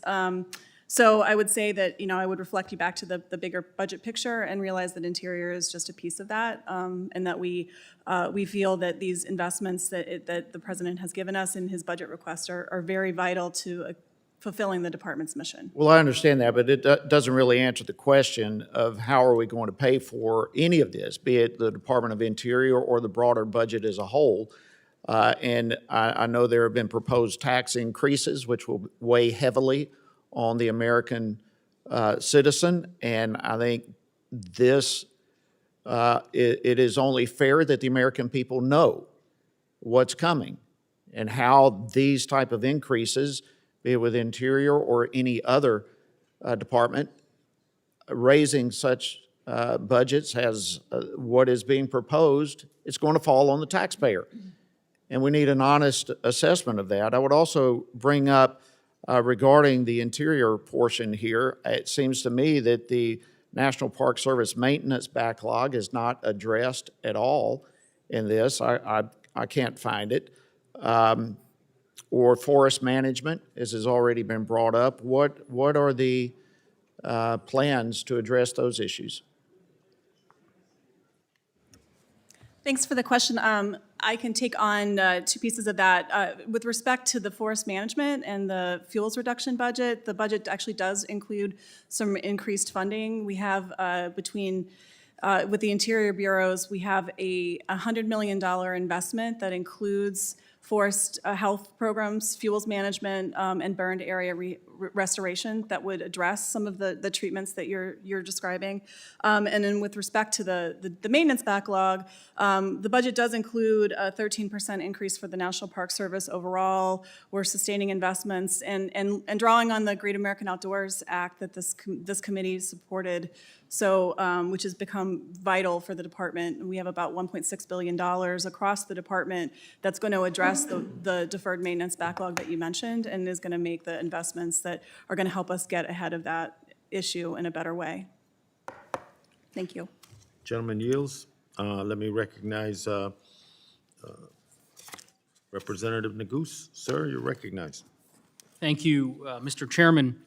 Thank you, Secretary Haaland, for being here today. It's wonderful to see you again. We all appreciate your excellent leadership at the Department of the Interior the past few months. As you know, my state of Colorado is home to many beautiful public spaces, including millions of acres that are under the management of your department. I also appreciate you considering the valuable contributions that Coloradans bring to the Bureau of Land Management as you consider the location of the agency's headquarters. As chairman of the subcommittee on the national parks, national forests, and public lands, and as a proud Coloradan, I look forward to continuing to work with you, and again, very grateful for your leadership. As you know, Secretary Haaland, and we've discussed this privately, Colorado has experienced record-setting wildfires in the last year. The East Troublesome and Cameron Peak fires both occurred in my district last year. They are now the first and second largest fires in the entire history of Colorado. The East Troublesome fire resulted in the closure of Rocky Mountain National Park and at one point even jumped the Continental Divide before finally being contained. Wildfire management requires coordination between federal agencies and state and local governments, but the Department of the Interior is primarily responsible for the management of more than 9.6 million acres in Colorado. Department-wide, the fiscal year 22 budget for wildland fire management programs requests $1.44 billion, which includes preparedness, suppression, operations, reserve fund investments, fuels, rehabilitation, and other important programs. I was proud to lead a bipartisan appropriations letter with Representative John Curtis and the Wildfire Caucus, urging increased funding for these programs in this year's budget. And I wonder if you could expound a bit on how the Department of Interior is working with states, tribes, and other partners to leverage these resources and ensure better wildland fire outcomes and post-fire recovery for federally managed lands in Colorado and across the country. Thank you so much, and I appreciate the question, Congressman. Yes, I mean, now we're not thinking of fire seasons any longer. We're thinking of fire years, because one season just melds right into the other. And if it's anything like it was last year, then we definitely have to, we have a lot to prepare for. So I want you to know that I'm in frequent communication with Secretary Vilsack. We're working together on these issues. We've done joint briefings with the Interagency Fire Center in Boise. And we are working very closely with the Forest Service, with states, with tribes, with local communities. We are making sure that we are all working together. It's the folks on the ground in those states that know their communities far better than we do.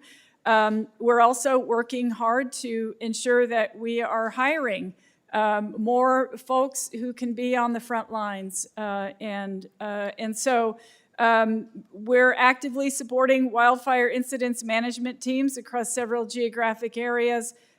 We are doing what we think is everything we should be doing. Of course, we're always welcome or open to conversation and input from this committee, and we would welcome anything, any ideas or anything you would like us to pay particular attention to.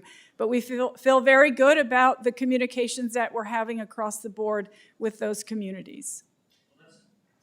That's wonderful to hear, Secretary Haaland, and you certainly have a partner in me and in the Bipartisan Wildfire Caucus, and we remain willing and able to help in any way that we can. We've been in touch with Secretary Vilsack as well.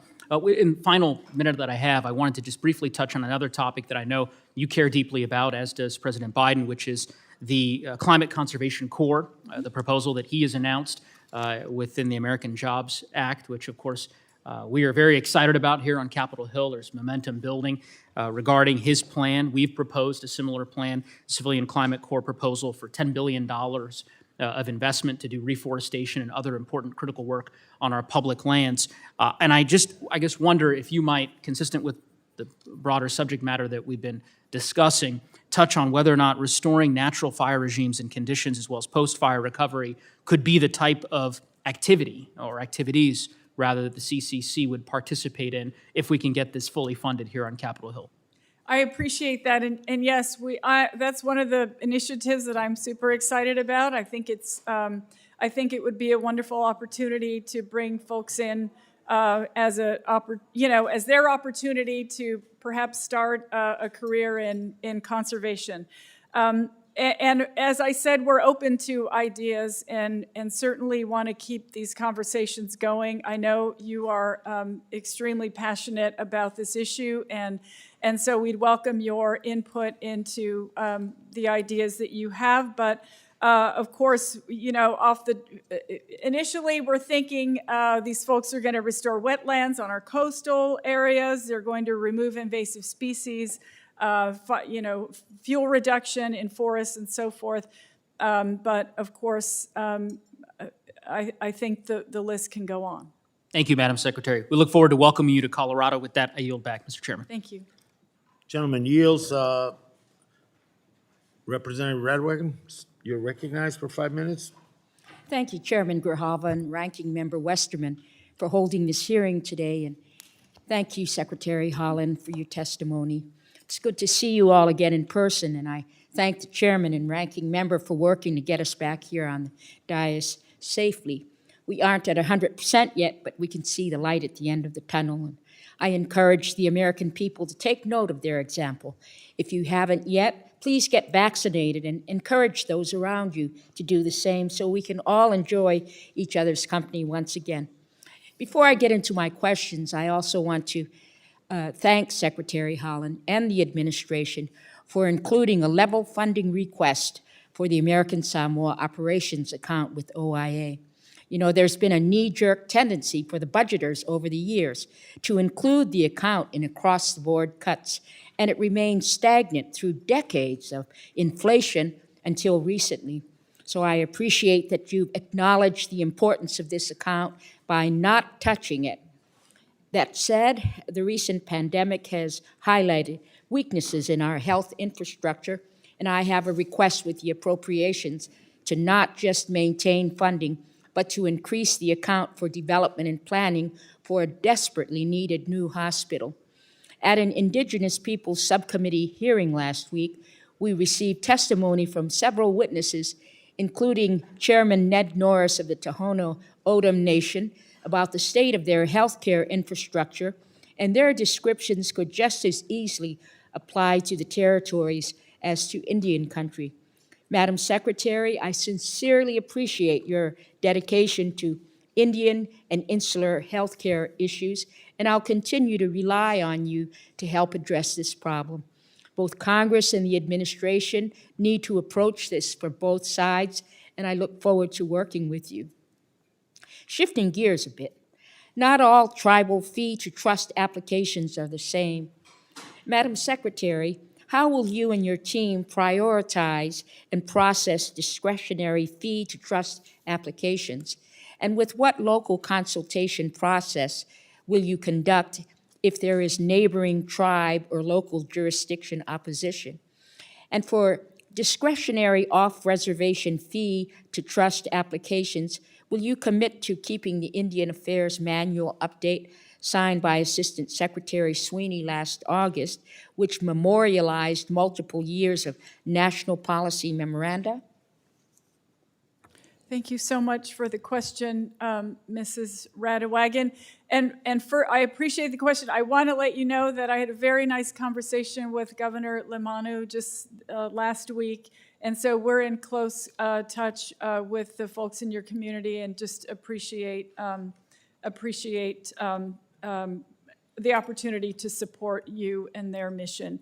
The fee to trust applications, we are, I would really appreciate an opportunity if I can get our Assistant Secretary to make sure that we can get a briefing or have a conversation with your staff on this issue, just so you can have all the details you need.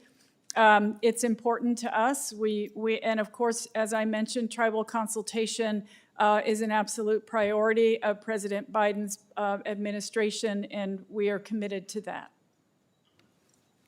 Thank you, Mr. Chairman. I yield back. Gentlelady yields. Let me recognize Representative Levin. Sir. Thank you, Mr. Chairman. Secretary Haaland, it's wonderful to see you. Just know you are missed here in the House of Representatives. Miss sitting with you, and hopefully you are very proud of two new great representatives from New Mexico who are sitting up here where you used to sit. But it's just great to see you in such a position of influence now. And I want to thank you also for conducting a comprehensive review of the federal oil and gas leasing system and for appearing before members of this committee so we could provide direct feedback on the administration's ongoing review. I think you know that preventing new offshore oil and gas leasing in my state of California is extremely important to me and to the constituents that I represent. The local tourism, recreation, and coastal economies that employ so many of my constituents rely on clean beaches and healthy oceans. And that's why we've co-sponsored the American Coasts and Ocean Protections Act. Under the last administration, as I think you may remember, your predecessor, Secretary Bernhardt, when I asked him, what comfort can you provide me that you will not pursue drilling off the California coast, let's just say he provided no such comfort. And really, it was very clear that fossil fuel interests came first.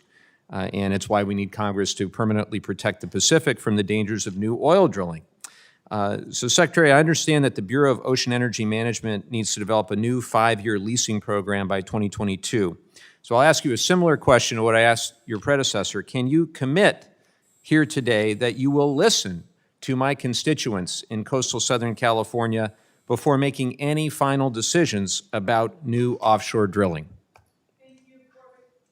Thank you for the question, Congressman. And of course, as I mentioned earlier, I feel very confident about our team's ability to make sure we are reaching out to stakeholders. That is one thing that we're very committed to. And so, yes, I make that commitment to you that we will ensure that we are reaching out to stakeholders for these issues. Thank you. Incredibly refreshing to hear that. And can you commit to working with us in Congress as we work to permanently prevent new drilling off California's coast?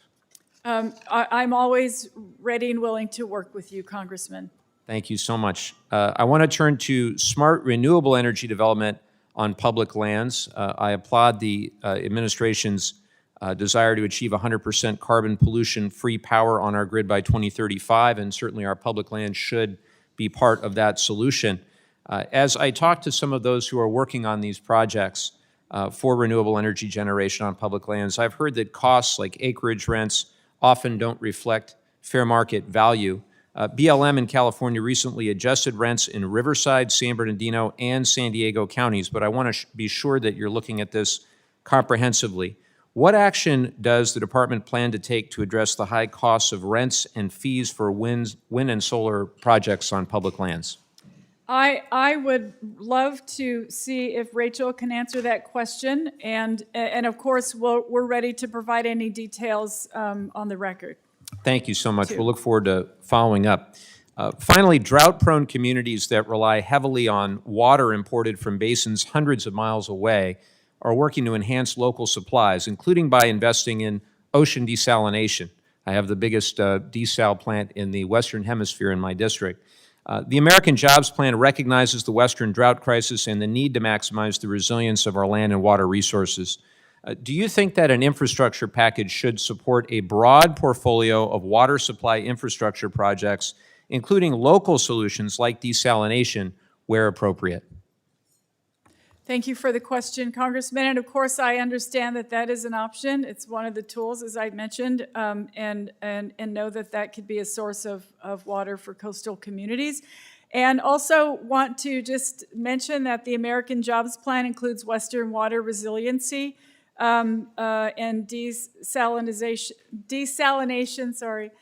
is one of those tools in the toolbox. Well, thank you so much, Madam Secretary. I look forward to working with you on all of the items we just discussed, and congrats again, and we're so excited for the next few years. Thank you so much, and I yield back. Gentleman yields. Representative Fulcher, you're recognized for 5 minutes, sir. Thank you, Mr. Chairman. And Madam Secretary, just let me add my name to the congratulations list to you, and also thank you for your demeanor and attitude just in interacting with us and just how you conduct yourself. Thankful for that. Madam Secretary, Representatives Lamborn and Gosa already brought up this topic, but I want to just explore it a little bit further, and it has to do with critical minerals and rare earth elements. And as you know, there are many of those that are needed for homeland security purposes, many of those that are needed just for common consumer use, just to keep our daily lives coherent, if you will. Now, according to the USGS, China currently provides 85 to 95% of our rare earth elements. And that's problematic for a whole host of reasons. They are our enemy, and I know firsthand because I've done business there for years. This is not an entity that generally wants to see the U.S. succeed and prosper. Also, they harvest in a very non-environmentally friendly way when they do that. Now, we have those critical minerals in the U.S., but many of those are on public lands. In my own state, those public lands comprise nearly 2/3 of the land mass, and in our nation, nearly 1/3. But harvesting is prevented for the most part by a preservation type of policy, and that policy just simply doesn't allow it due to regulation or law or lawsuit, et cetera. And therein lies the conflict I want to talk with you about. Recently, the administration put out the 30 by 30 initiative, 30 by 30 report, and it focuses specifically on a conservation policy, which theoretically would allow for some responsible harvesting of things that we need so badly. But in your articulation with America the Beautiful report, your recommendations focus on a preservation type language, which recommends even more wilderness designations, monuments, and so on and so forth, which simply just would not allow for any of that. Please talk to me about that. Are we going to proceed with, in the future, looking at a conservation type approach where you can theoretically responsibly do some of this harvesting, or are we going to go all out and just say, no, this is preservation, we can't touch it at all? Which will it be in your administration, Madam Secretary? Thank you so much for the question. And I believe the America the Beautiful initiative has emphasized a conservation model, and that conservation model is meant to ensure that we're collaborating with folks, that we are bringing in people. It's voluntary. We want private landowners, we want tribal nations to be a part of the initiative. It is not meant to be any other way. And so I want to assure you that conservation is the word that we use when referring to America the Beautiful. And that includes, and during the time we were writing this review, that my team was writing the review, we consulted with many stakeholders, farmers, ranchers, folks in the outdoor economy. Those voices were all a part of the conversations that we had, and it is truly meant to be a voluntary and collaborative effort. So in that sense, will you commit within your administration to support a policy that would allow responsible harvesting of the critical minerals and rare earths that we need in this nation?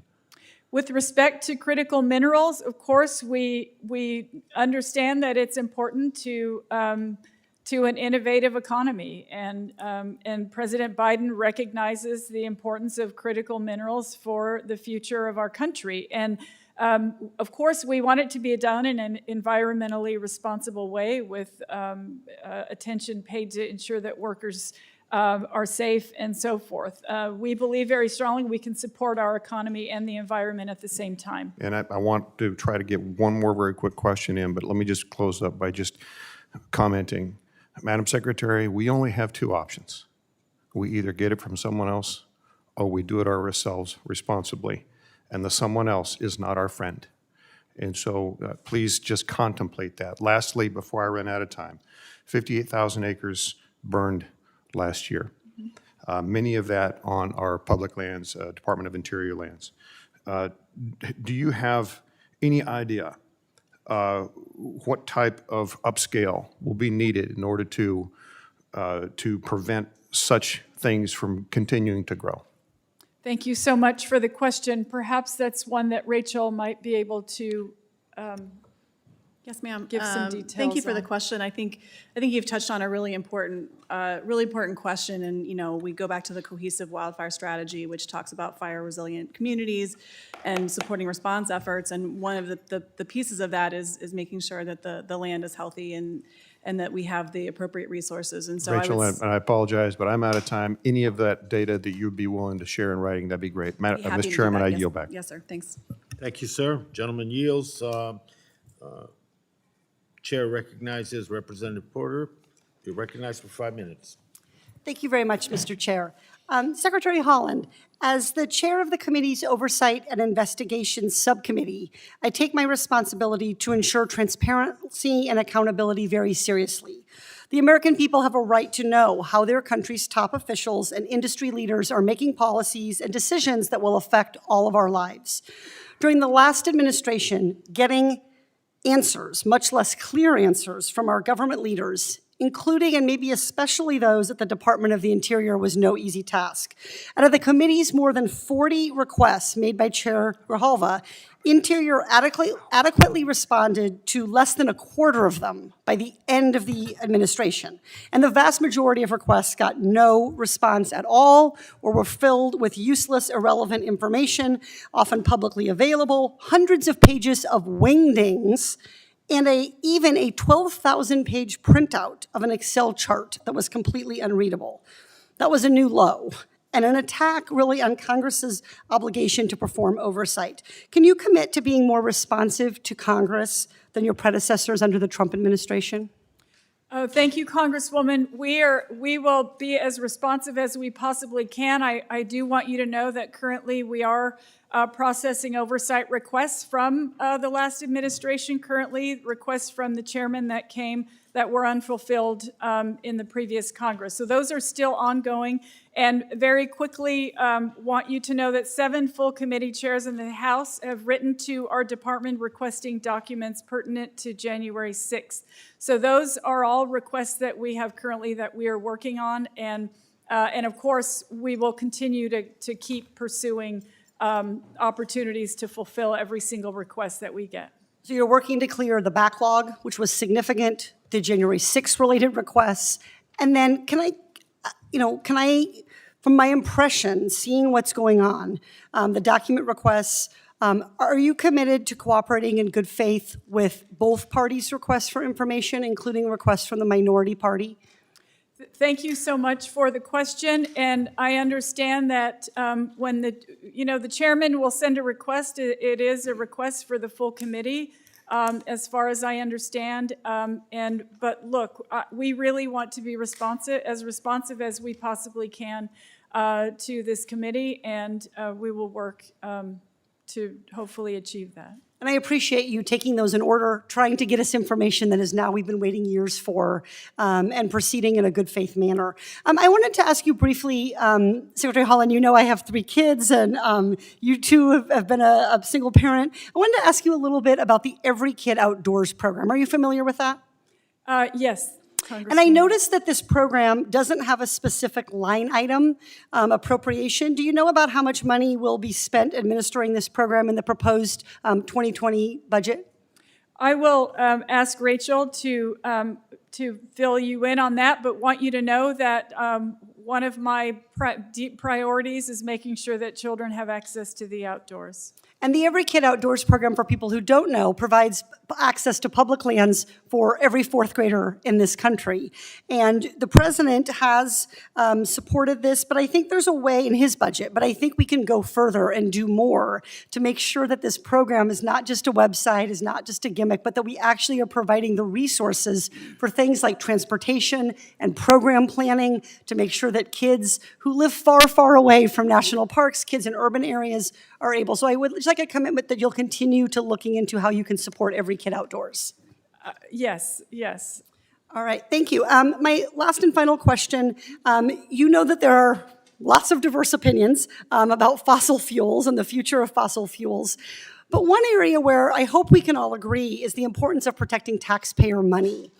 Would you say that you have an obligation as secretary to identify and address waste, fraud, and abuse? Congresswoman, with respect to our public lands, it is the truth that our public lands belong to every single American, and in that regard, I feel committed to protecting those lands for every single American, even with regard to money issues. And I know earlier this year you launched a review of onshore oil and gas leasing. Do you know how long onshore oil and gas leasing has been on the high-risk list by the Nonpartisan Government Accountability Office? Rachel, can you answer that? I'm sorry. No, it's fine. I think the answer is too long, however long it is. The answer is, she's a very good student. That would be an A+ answer. The answer is 10 years. And so I really support you doing this review and undervalued. I mean, for 10 years, we have lost now tens of billions of dollars because we have undervalued oil and gas leases. And so do you believe that reviewing this nonpartisan recommendation to get fair value for taxpayers is partisan? No, I don't think it's partisan. I think that every single American has a stake in our public lands, and we should protect that right for every single American. So no, it's not partisan at all. Thank you very much. Gentlelady yields. Mr. Stauber, sir, you're recognized for 5 minutes. Thank you, Mr. Chair and Ranking Member Westerman, for holding this. Secretary Haaland, thank you for joining us today. And I would like to especially thank you for appearing in person. It is well past the time we restore the norm of appearing in person to conduct business in this committee. The Interior Department's budget request includes an increase of just over $26 million for the Mineral Resources Program. This program is crucial to mapping unknown deposits of critical minerals, which is important because, as your request acknowledges, we are over 95% import reliant for 20 of the 35 critical minerals. However, in my district, the Duluth complex features 95% of America's nickel, 88% of America's cobalt, and about 1/3 of America's copper, not to mention the rare earths or the platinum group elements and others. We know where these minerals are. We don't need to map them. In fact, the USGS has more than 55 entries for the Duluth complex alone. And during the campaign, then candidate Biden seemed to acknowledge this issue as well. In fact, as you can see in this Reuters headline from October of 2020, then candidate Biden pledged to use domestic union miners, including those in my district, to help source these minerals. Fast forward to May of 2021, about 2 months after your confirmation, you can see in this Reuters headline that now President Biden's administration plans to look abroad to foreign countries for minerals and no longer use the domestic union members in northern Minnesota. Secretary Haaland, what changed from October of 2020 to May of 2021? And why does the administration no longer plan to use domestic miners to source these critical minerals that follow the best environmental standards and the best labor standards in the world? And we're talking about the Duluth complex, the biggest copper nickel find in North America. Congressman, thank you so much for the question. And what I can say is that President Biden does support energy independence in our country. We agree that ensuring the availability of critical minerals to the future of our energy needs is very important to America's competitiveness Madam and Secretary, new technologies. would you rather source these minerals in our country where we've mapped them? We follow the best EPA, the best labor standards. Wouldn't we want to mine these minerals in the United States rather than source it out to foreign nations? I truly appreciate your question and your information, Congressman. And of course, we're happy to continue to speak with you about this issue. We talked about permitting earlier, Madam Secretary. We have one copper nickel mine in its 19th year. The other one is going on 10 years. Yet, just in southern Ontario, there's a gold mine that they put together in 4 years. Same watershed. We can do better. So I support mapping our minerals. We need to know exactly what we are blessed with in this country nationwide. And how can we secure our domestic supply chains? We need to extract these critical minerals from where they are. We need to limit our foreign reliance on child labor and foreign adversaries that don't have our best interests at heart. It does not make sense to transition to alternative sources of energy, depending on foreign nations for these critical minerals that we use in our everyday life, that are a part of our everyday life now. And as we transition, it's important we mine the minerals here in our country. And so I would say by catering to activists, anti-jobs, anti-mining crowd with only 16 days remaining in office, the Obama-Biden administration pulled long-standing mineral leases for twin metals, the project in northern Minnesota, to the dismay of bipartisan, bicameral coalition of Minnesota members of Congress and the Iron Range. In May of 2019, the Trump administration rightfully reinstated these leases, providing certainty to a region and its union workers and our nation. Once again, removing these leases would thrust the Iron Range, my constituent, in desperate economic need of jobs. Can you today commit to supporting union jobs and revitalizing northern Minnesota by keeping these long-standing mineral leases in place and not prejudging any outcomes before the environmental review is completed? Thank you for the question, Congressman. And I don't make a practice of prejudging anything, and we do feel that we have a review process in place that will make sure that... Although you did sign on to removing 234,000 acres, prejudging. Thank you, Congressman. Gentleman Thank yields. Gentleman yields. Back to Let me you. Yield back. Thank recognize Representative Ledger Fernandez. You're recognized for 5 minutes. Thank you so much, Chair Grijalva. And Secretary Haaland, I'm so grateful to have you here today. You know how proud the entire state of New Mexico is and how thankful we are for your leadership, your guidance, and your wisdom. And you know, also as a New Mexican, you know that we are in the ground zero of the climate crisis and must act to prevent the never-ending drought in the beautiful place we call home. My colleague from Louisiana pointed out earlier that bigger hurricanes and storms are hitting his district, and we know that climate change is making those storms stronger and more frequent. States like our beloved New Mexico also rely on fossil fuel production for significant sources of revenue, which often go to schools and other important services. According to the Office of Natural Resources Revenue, actually, New Mexico received a little over $700 million in royalties from energy production on federal lands in fiscal year 2020. But we also know that it's a boom and bust industry, and fighting the climate crisis will reduce fossil fuel development. And we're already seeing the market. It's the market itself that is shifting to clean energy because it's simply cheaper. So I'm working on legislation to assist states in this transition, those that rely on fossil fuels. The legislation would decouple the boom and bust federal royalty sharing from state budgets. In lieu of the federal royalties, we'd provide stable annual federal payments to states to replace lost revenues. And finally, we'd make additional transition investments to enable communities to diversify their economy.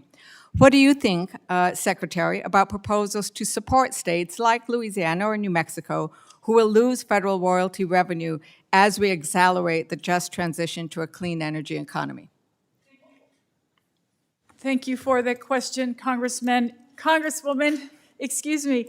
And I appreciate your thoughtfulness in thinking about how we go about transitioning. We are working hard to make sure that that no worker is left behind, and that is a priority of President Biden as well. We know that, and I also understand how important those oil and gas jobs are in a state like ours of New Mexico. So I appreciate your thoughtfulness on this issue. We believe very strongly that a lot of the provisions in the budget that President Biden has moved forward will assist in making sure that definitely no worker is left behind. And I would love for Rachel, if she would like to provide a few more details to you. We would welcome that. Yeah, I think the major focus would be the reclamation jobs proposal, which is the $16 billion to clean up orphan wells and abandoned mines and put folks to work doing that environmentally necessary work, which I know is something that is a personal priority of yours as well. And so I think that has been one of the focal points. But as the Secretary said, the department's happy to work with you and other members to try to figure out solutions to this. Thank you. Thank you very much, and I do appreciate the support for the orphan wells bill that I've sponsored. But this actually deals, and I'm so glad that we have Secretary Haaland at the helm, because she actually understands closely the impact on the state revenue as well. I also want to ask a question regarding the increase, the significant increase, which we really appreciate, for the Bureau of Indian Affairs and the Bureau of Indian Education in the President's budget request. You know better than most that the needs in Indian country are a trust responsibility.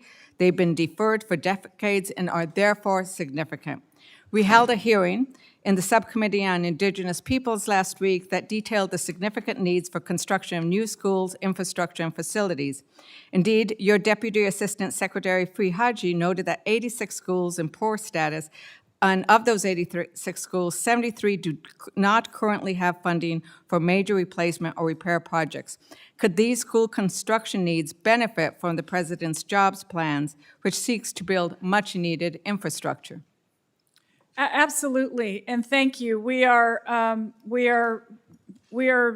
the President's American Jobs Plan can help tribal communities in so many ways, but certainly, yes, the need for schools. And what I'll say is that for the request for BIEs for the Bureau of Indian Education is $1.3 billion, which is $110.6 million over the 2021 enacted level. So we're moving toward where we need to be.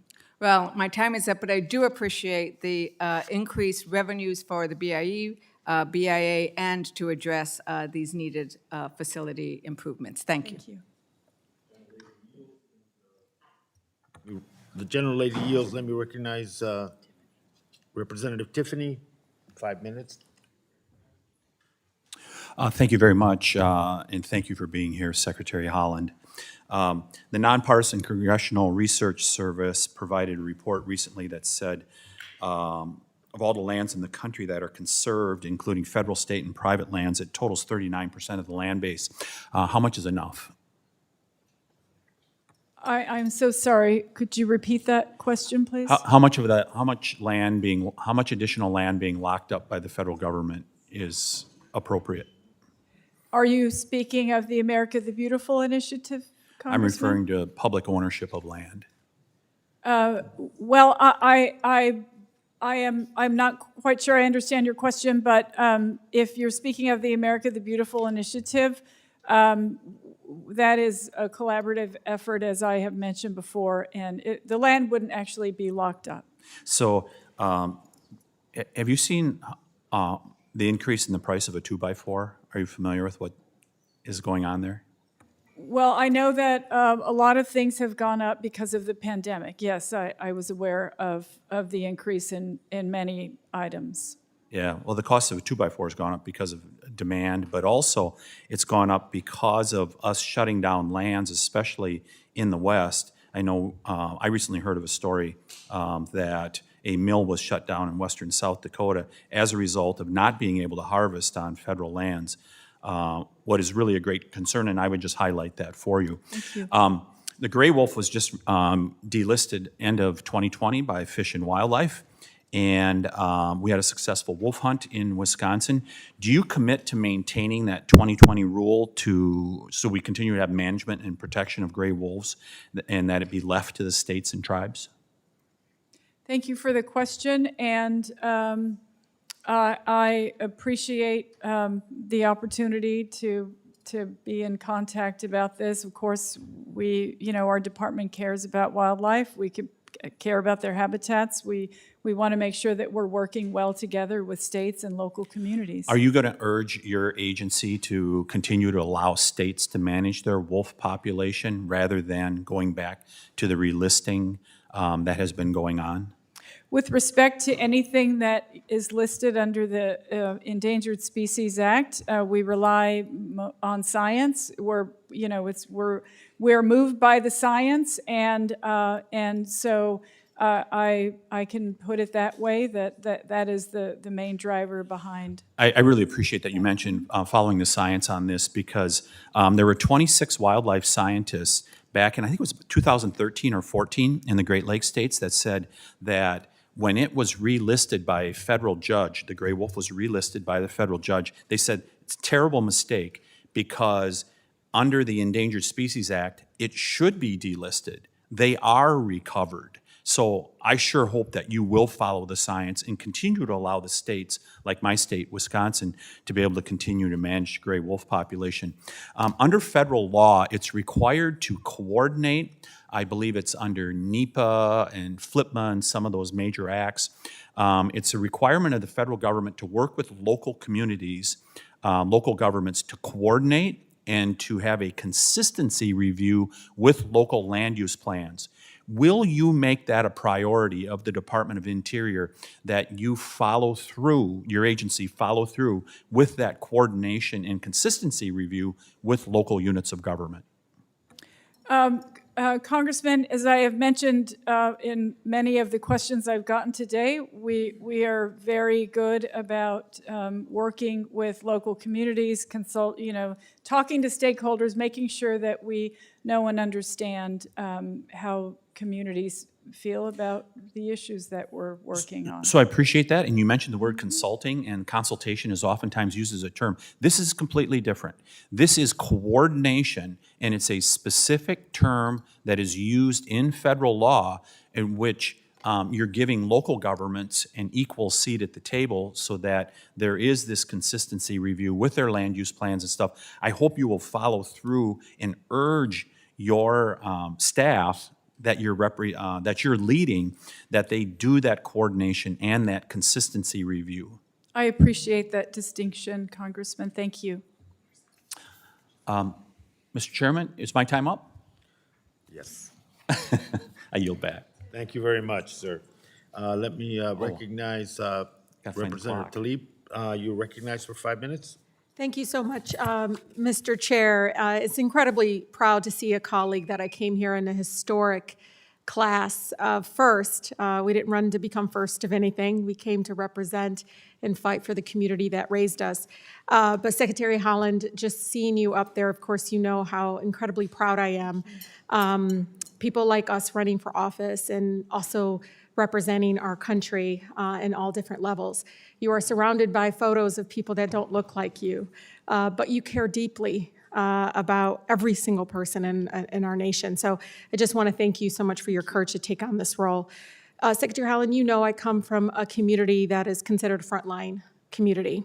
I want to talk to you about the Environmental Justice for All Act that I proudly co-sponsored and has been led by our chairman, Chairman Grijalva.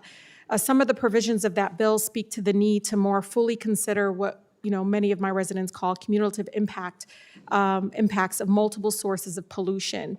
in environmental justice communities like mine. I represent one of the most polluted zip codes in Michigan, Secretary. It is where I thought the smell was normal. I thought that it was okay that I smelled like hydrogen sulfide when I went back inside my home playing in the front yard with all my siblings. This neighborhood continues to be surrounded by multiple sources of concentrated pollution that contribute to asthma, respiratory issues, even cancer.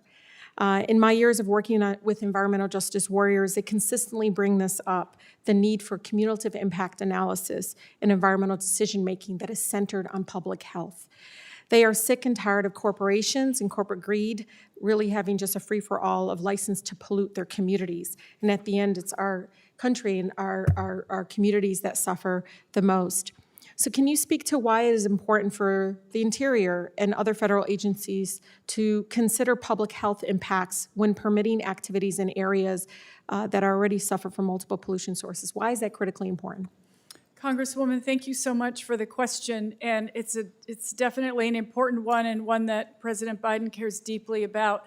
And I can tell you that as a citizen of the Pueblo of Laguna, we were home to the largest open pit uranium mine in the world for 30 years, 3 open pit and 9 underground mines. Not only did the blasting break apart homes, traditional homes that had stood for hundreds of years, but people are still dying from that uranium being blown around. It took decades to even get funding to start cleaning it up.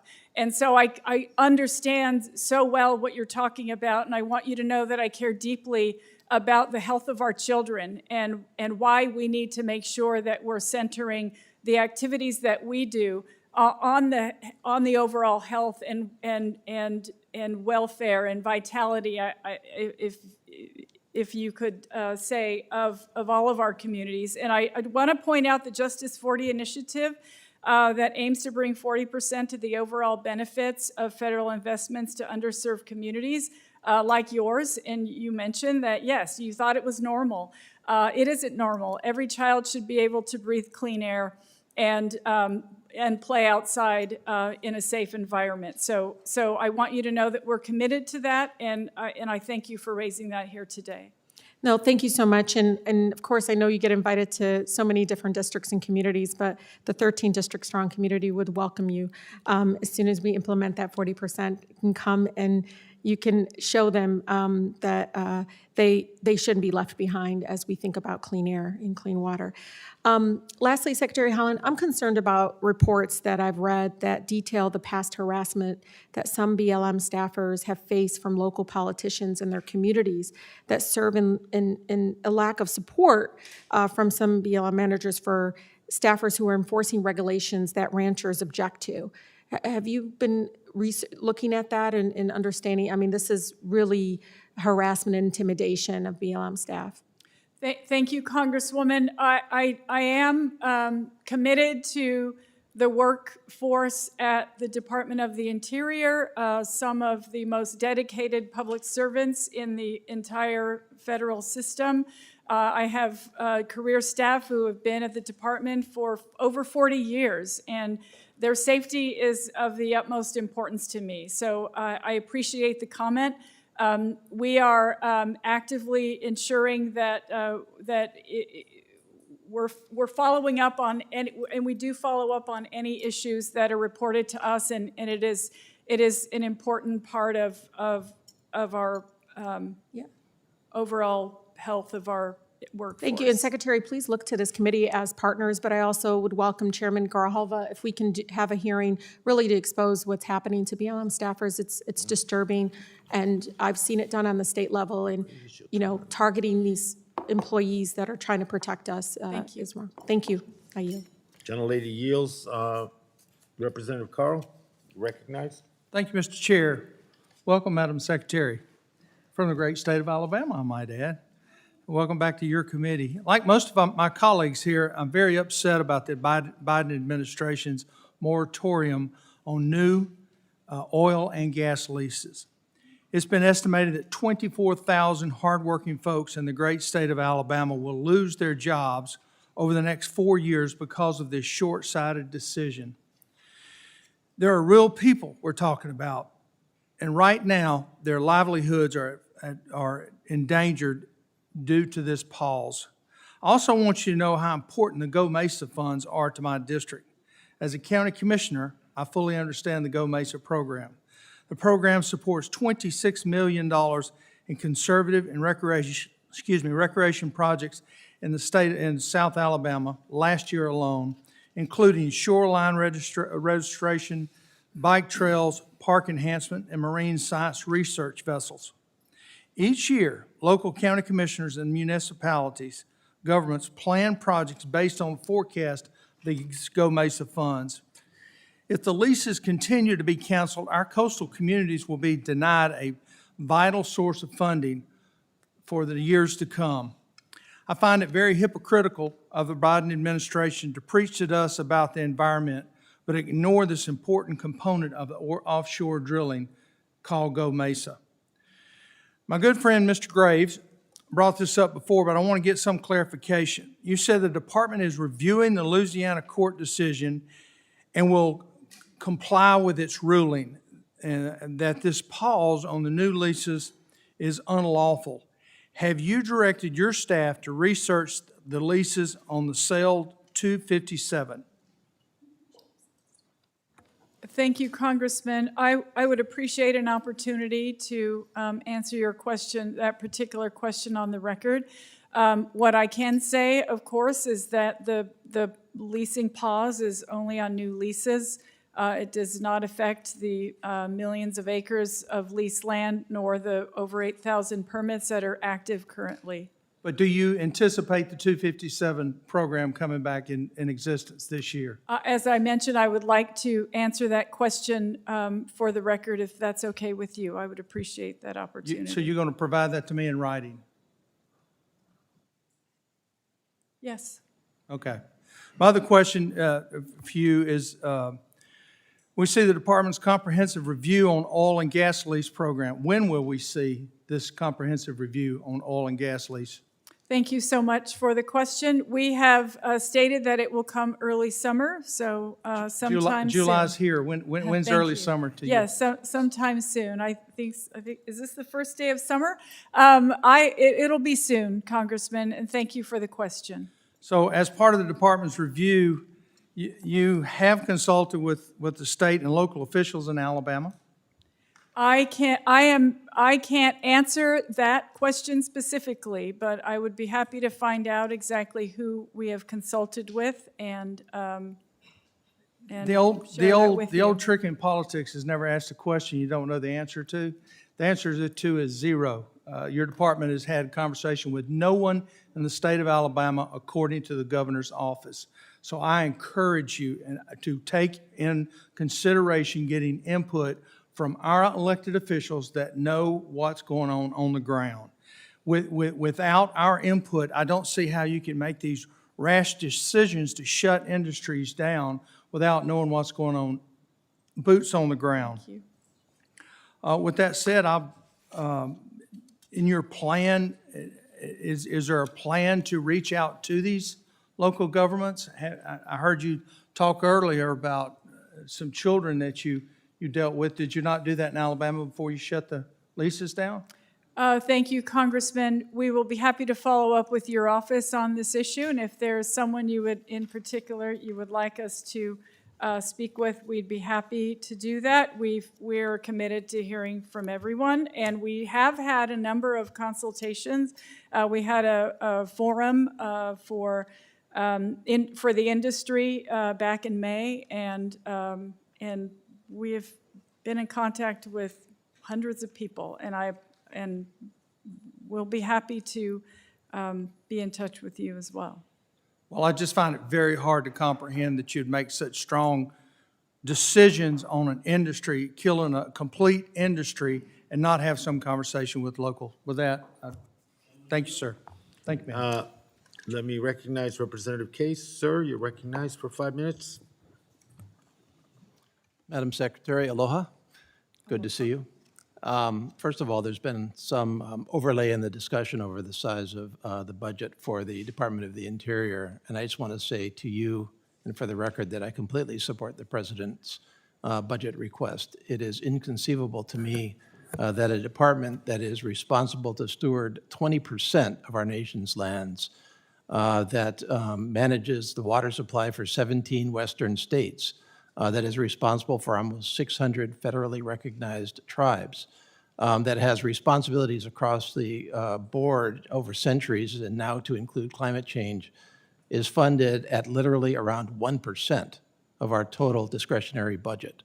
And so I don't view the president's budget at somewhere around 1.15% of the discretionary budget, 2.3% of the discretionary non-defense budget is unreasonable. In fact, I believe that the DOI has been chronically underfunded for a long, long time, and we have a lot of catch-up to do. So first of all, back to you on that one. Second, I do want to address two areas that, although they don't enter into the national discourse quite as much, are critical areas within your department's jurisdiction. And I speak of Native Hawaiians and of the Compacts of Free Association. First of all, thank you so much for your own recognition of Native Hawaiians as the indigenous peoples of our country who originate in Hawaii.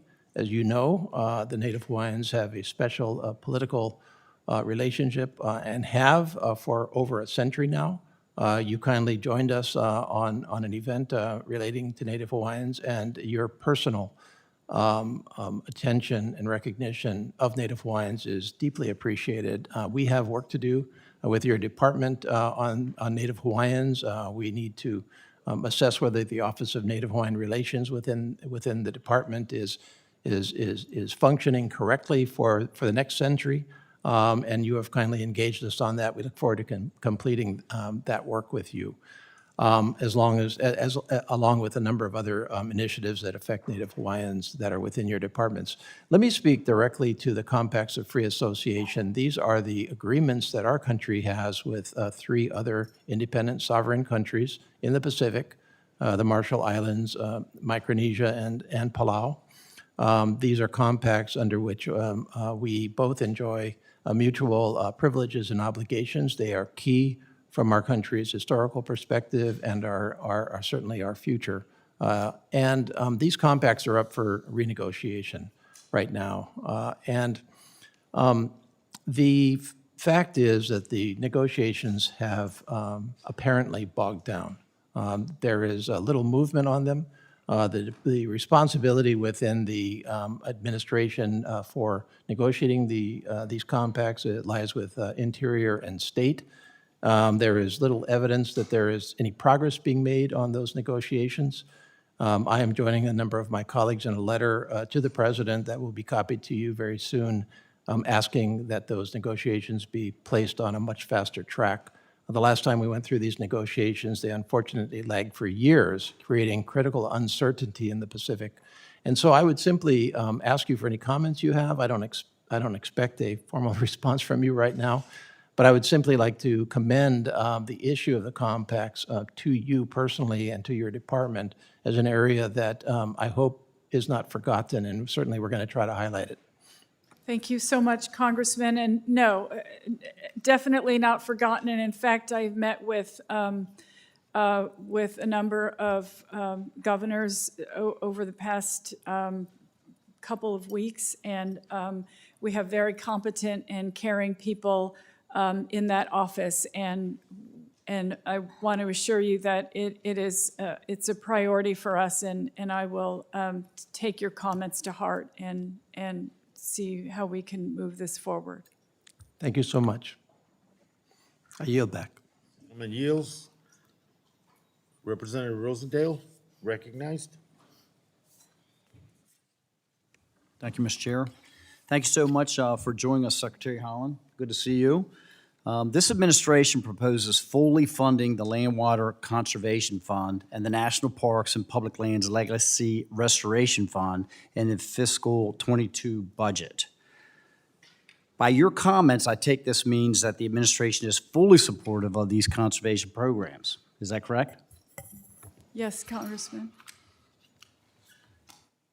While you comment about the existing leases, we know that they have diminishing returns. Any well has diminishing returns.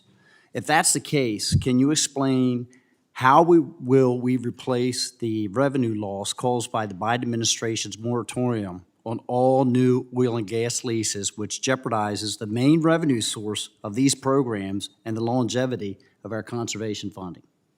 Thank you so much for the question, Congressman. And as I have stated, there are still over 8,000 leases, or I'm sorry, 8,000 permits that sit unused. There is there is millions of acres of land in leases that is currently that can be operational. So the pause on the new leases, it's only that, new leases and not any existing leases. There has been ongoing work in the industry since the pause was Excuse me, implemented. I appreciate that, and no pun intended, but what you're doing is shutting off the pipeline for the future. And anything that we forestall right now that keeps us from doing the research and the development of those resources ends up impacting us later on down the line, which has put us in a position in years past where we've been so dependent upon foreign energy, which is not good for our economy nor our national security.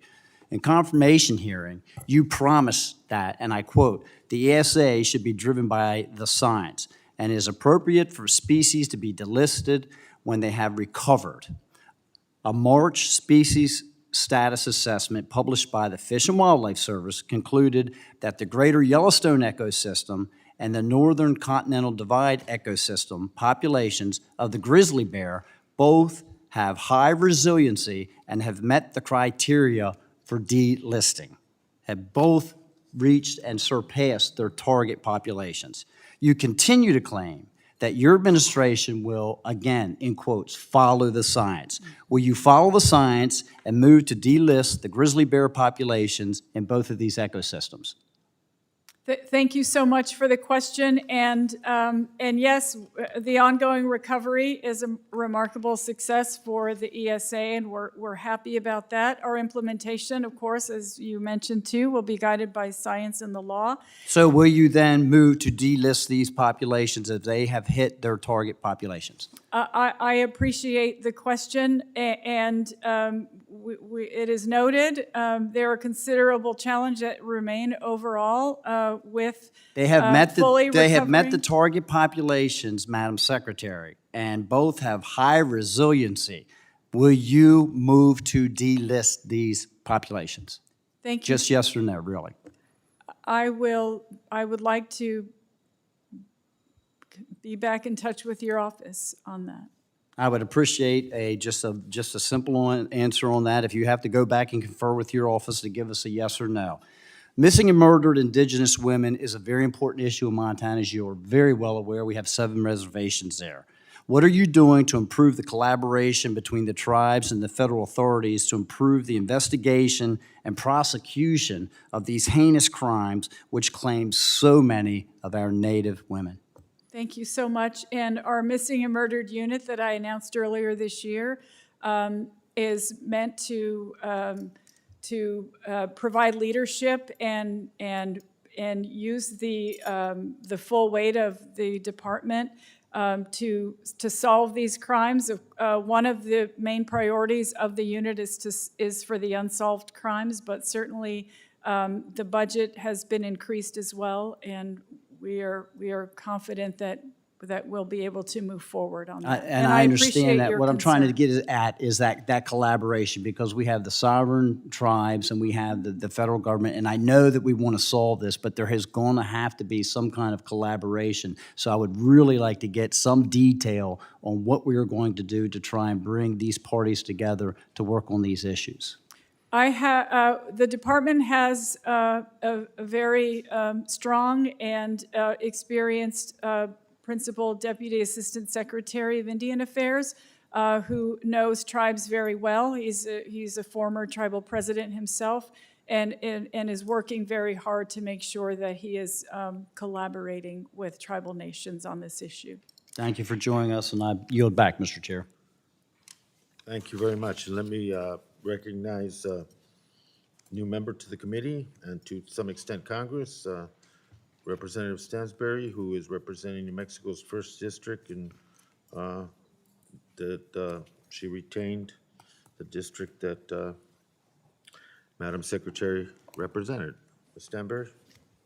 Thank you, Mr. Chairman, and thank you to the ranking member and to all of my colleagues. It's an honor to be able to serve with you here on this committee. And to Secretary Haaland, it's humbling to be here. And I'm getting emotional as I was sitting here listening to you speak. It's so humbling and such an honor to be able to see you serving our nation. New Mexico is so proud. Our country is so proud. You are exactly where you need to be, and you are already bringing the change that our nation needs to see. So thank you for your service and everything that you are doing. When I look at the President's budget, Mr. Chairman, and the request for the Department of the Interior, I feel hope. The American people know that the science is clear and that we must urgently address climate change. I am grateful to see that our budget reflects that, and that if we are going to preserve our planet for future generations, that we address both the causes of climate change and the impacts to our communities, and that we center and lift up our communities in the process. Together, I know that we can build a world that is more just and more equitable and more climate resilient. And this budget actually invests in our communities, in protections for our lands, waters, and wildlife, and in their future, which is exactly what we need to do to ensure our future resilience. As you know, Madam Secretary, our state and our country are facing an unprecedented drought across the West that is heavily impacting New Mexico, that has shattered records already this season, and that is threatening the future of our communities and increased wildfire and drought risks moving forward. Millions of Americans already live without access to clean and safe drinking water, and this crisis disproportionately impacts communities in New Mexico, particularly in our tribal communities. We have to take action now to address the water needs of our communities and climate change and ensure that we are addressing these impacts across our country. I am grateful to see the department's budget allocate significant funding also for public lands, for wildlife mitigation, builds and fortifies our water infrastructure, and supports our communities. I am also, Madam Secretary, deeply proud to see the ways in which this budget reflects our commitment to restorative justice and tribal sovereignty. Secretary Haaland, I've seen your work over the last several months in lifting up the work of missing and murdered Indigenous women, and this week in launching the Federal Indian Boarding School Truth Initiative. These historic steps will begin to address and reconcile our country's brutal history and the need for healing and justice in our country. Thank you for your bravery in bringing these initiatives forward. Madam Secretary, I'm also just so grateful for your service and look forward to working with you in the transformative work that we have to do for our country and our communities. And Mr. Chairman, I would like to just ask Madam Secretary if you could share more with us about your work on missing and murdered Indigenous women and the work that you're hoping to do, as well as the boarding school initiatives that you've launched this week. Congresswoman, thank you so much for the question. And I want to, and I appreciate your kind words very much. And of course, I am a proud New Mexican sitting here today. I want to sort of emphasize President Biden's commitment to diversity and how important it is that we have diverse voices, those perspectives from folks who generally haven't had a say in a lot of the policy that or the ideas or the work that comes out of the federal government. And so for that, I'm proud to have those opportunities. The missing and murdered Indigenous women has been on my mind for a very long time, and I'm happy that it has achieved some prominence in sort of mainstream issues, right? People don't know to care about something unless they know about it, and so raising the issue time and again helps the public to really coalesce and realize that it's an important issue that all of us should care about. So I appreciate your help on that as well. the boarding school initiative, we, after I heard the news of the grave in Canada, it made me think about a day that I was sitting with my grandmother and just talking about her experience when the priests gathered up children from around the village and put them on a train to go to Santa Fe. And I know that's an experience that a lot of communities have, and so I'm happy to move those issues forward and appreciate your support on all of those. Thank you. Thank you, Madam Thank Secretary. you, gentlemen. Thank you, I yield. Gentlelady yields. Representative Moore, you're recognized. Thank you, Chairman, Ranking Member. Secretary Haaland, it's great to see you again. It would have been completely appropriate for you to have deferred my colleague, Mr. Gallego's question to me, whether or not you showed up to hear out people in Utah. I saw your schedule. I was with you for 3 full days. You had a packed schedule and were willing to take input, and it was very much appreciated. Our request for you to visit Utah and that part of the region was sincere, and you showed up, and on behalf of the entire Utah delegation and Utah, where we appreciated your willingness to come and hear out the stakeholders. Bears Ears is a very difficult situation to be able to solve, and your willingness to come was really important. We've made an equally sincere request to President Biden, as you may know, to meet with us before he makes a decision. Do you have any insight as to whether that meeting will happen, or to the extent that it would be worthwhile, productive? Any insight there? Congressman, thank you so much for the question, and I was very honored to have an opportunity to join you and everyone in Utah. It was a really, really wonderful time. As I mentioned, this is a presidential action. The Antiquities Act is solely within the president's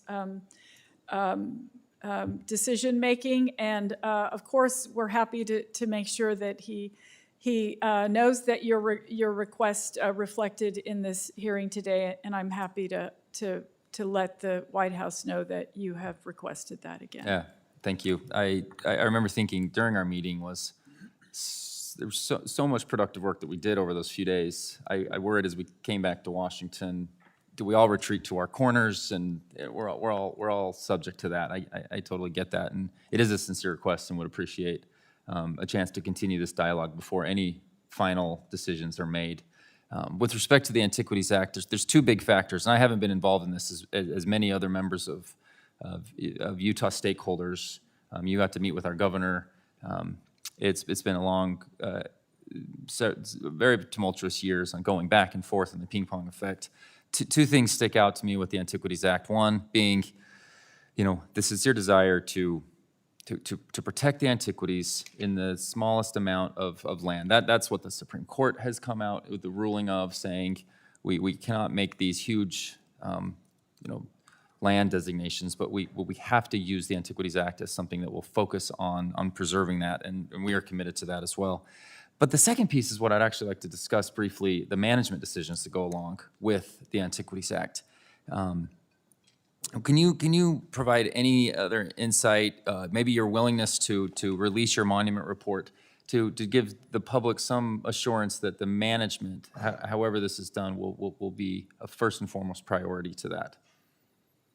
Thank you so much for the question. And Congressman, during the days that I spent in Utah, I really took those comments to heart. The ranchers who came in and spoke with us and professed their love for the land. I understand that because, I have a family of ranchers as well. I understand how they feel about the land, and I absolutely appreciate that. And so I just want you to know that all those comments did absolutely figure in.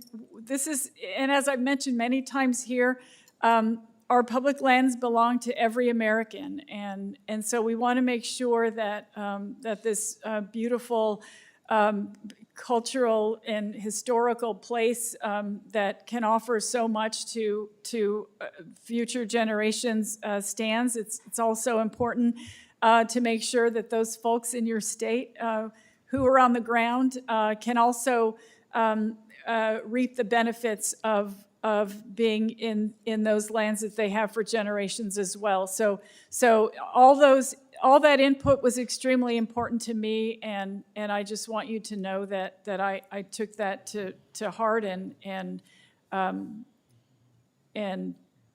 it is in some ways reflected in the work that we do. And finally, with respect of those management decisions, after having that experience, would you deem that to be best handled in an executive fiat or a legislative solution? Well, as I mentioned, as a former member of Congress, I understand the value in legislation, right? That's what you do, and I wholeheartedly would support your decision to move ahead with any legislation if that's what you choose to do. Thank you. Many more questions, but I'll yield back. Gentleman yields. Thank you. Let me recognize Representative McEachin for any questions you might have. Before that, let me indicate that the Secretary was gracious enough to extend this to when the votes are going to be called, which is about 1:15 or so. And so if we can, for the people that are left, and there's still quite a few, we can be as concise and allow every member to have an opportunity. I would appreciate it, but it's your 5 minutes. So, Mr. McEachin. Thank you, Mr. Chairman. And again, as always, I thank you for the opportunity to participate in these hearings in this very important matter. Secretary Haaland, it's great to see you again. And I'll try to cut straight to the chase. Earlier, one of the members raised the issue of cumulative effects in the Environmental Justice Act. I mean, the EJ for All Act. That I've been proud to ride side saddle with the chairman on. This may end up being more of a comment than a question, but the notion of benefits came up in the Justice 40 initiative. And I need you to understand, Madam Secretary, that in my viewpoint at least, the chair and I worked for a couple of years trying to figure out how best to serve these underserved communities. And the feedback that we got back was that we know the underserved communities, we're all different. We share some commonalities in that we've been disenfranchised, that we've been marginalized, that we're frontliners, but we have different problems that call for different solutions that prevents Washington from being able to do one size fits all. And that's what, to me, ought to be so exciting about the Justice 40 initiative.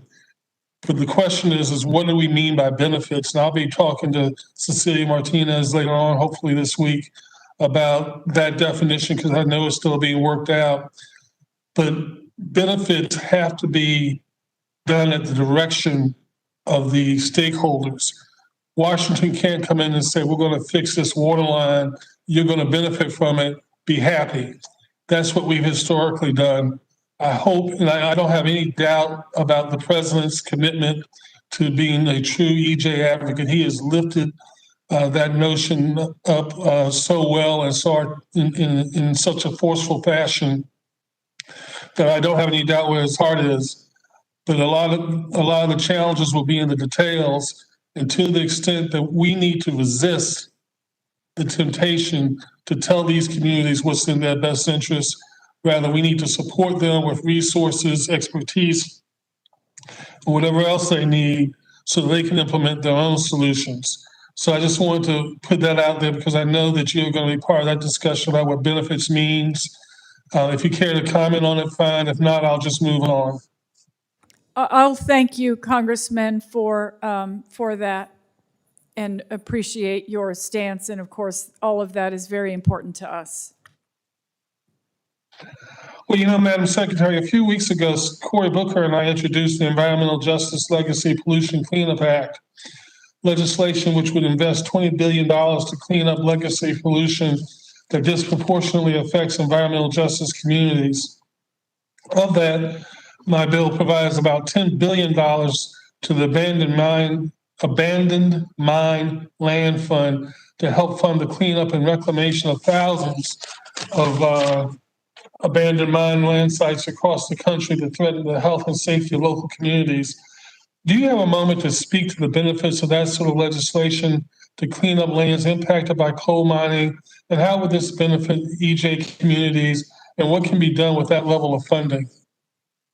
Thank you for the question, Congressman. And of course, the idea of cleaning up abandoned mines is one that we know could benefit the health and safety of folks in those communities, but it also creates jobs. We feel very confident that no community should be left behind in any transition that we are moving to in this country. And we are committed to creating those jobs so that those communities can continue to thrive. So yes, the environmental and safety issue is absolutely important. The creation of jobs is absolutely important. Thank you so much for that answer. In the President's FY22 budget, the Interior Department is, whoops, I'm down to 30 seconds. You know what? I'm gonna give those back to my chairman. Mr. Chair, I yield. Much appreciated. And Representative Harold, you're recognized. Thank you, Mr. Chairman, and glad to see you here, Secretary. Thank you for everything you're doing. I'll just be quick about this because there's so many questions to ask, but just kind of following up on Congressman Lamborn and Graves earlier with the recent preliminary injunction to the pause the sale of the new oil and gas leases on federal lands. Can you give the committee a definitive date when the lease sales in New Mexico or other gas and oil producing states will once again be held? And I know this is probably coming from every person that has energy in their state. Thank you so much, Congresswoman, and I know this issue is important to you as well. We'd be happy to. I mean, as I mentioned, the review's done early summer. It's early summer, and so I think it's coming out very soon. We're complying with the court's decision. They're reviewing it now. I know there's a lot going on in this space, and you want some definitive answers, and we'll be happy when we can give you those. Okay, and I know you said you had a $17.6 billion budget, and you may have said this, I might have missed it. How much money do you have allocated in the budget for mitigating the orphan wells? And you may have said it, like I said, I might have missed I may that one. have also, and I think Rachel can speak to that. Certainly. We have a proposal for a new energy community revitalization program that includes both abandoned mines and orphan wells. And so that is resources for both the federal side and for states and tribes to apply for grants. And that's $169 million that's new this year. And that would complement the larger $16 billion proposal in the jobs plan. Excellent, okay, thank you. And then just kind of going back for the energy, I know that in addition to the leasing moratorium, the department has issued us the secretarial order that required BLM field offices to get clearance from political appointees in DC in order to approve critical permits like authorizations to drill and right-of-ways. And now the BLM website appears, though, to have missing authorization. And so my question, and kind of going off what Congresswoman Porter said earlier in terms of transparency, will you commit to releasing monthly APD reports so we can evaluate progress going forward? I appreciate that question, and I would really just like to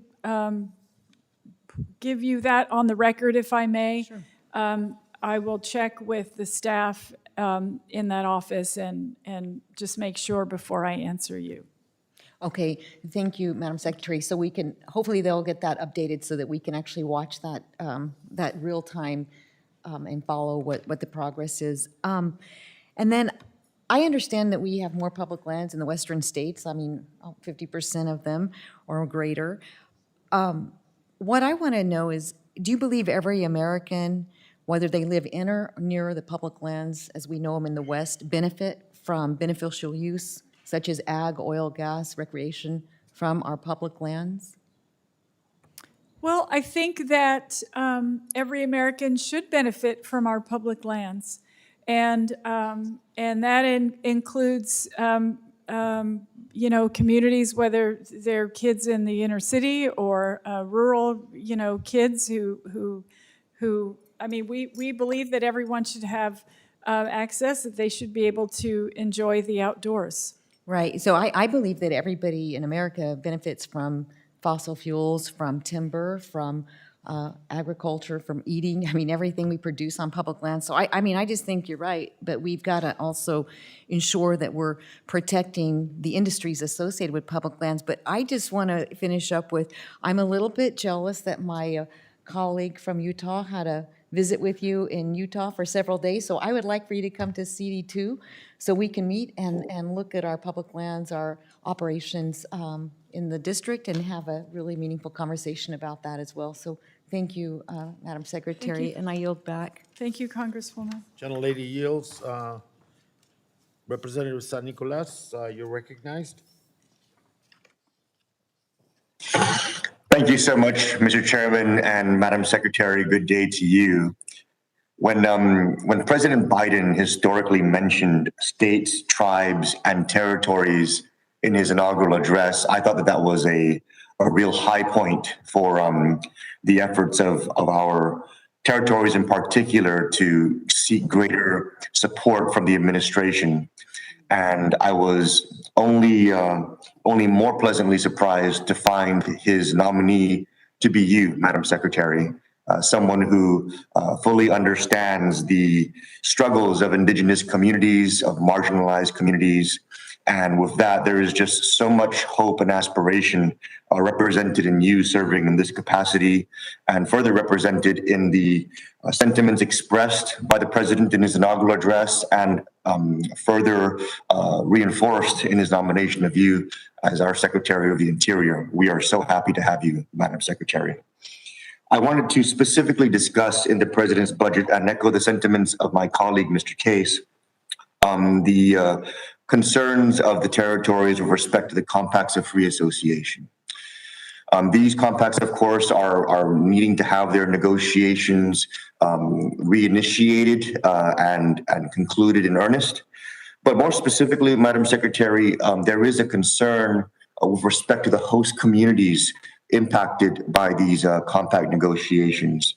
Specific to my territory, and no doubt similar to other host communities like Hawaii and even the state of Arkansas, the compacts of free association allow for our treaty allies to be able to migrate to our country with the intent of seeking out education, healthcare, and job opportunities. And we welcome those as partners in the treaty that the United States engages in with these particular countries who are strong allies of this nation and strategic allies given their specific geographic location and their long history with the United States and with their neighboring regions such as Guam.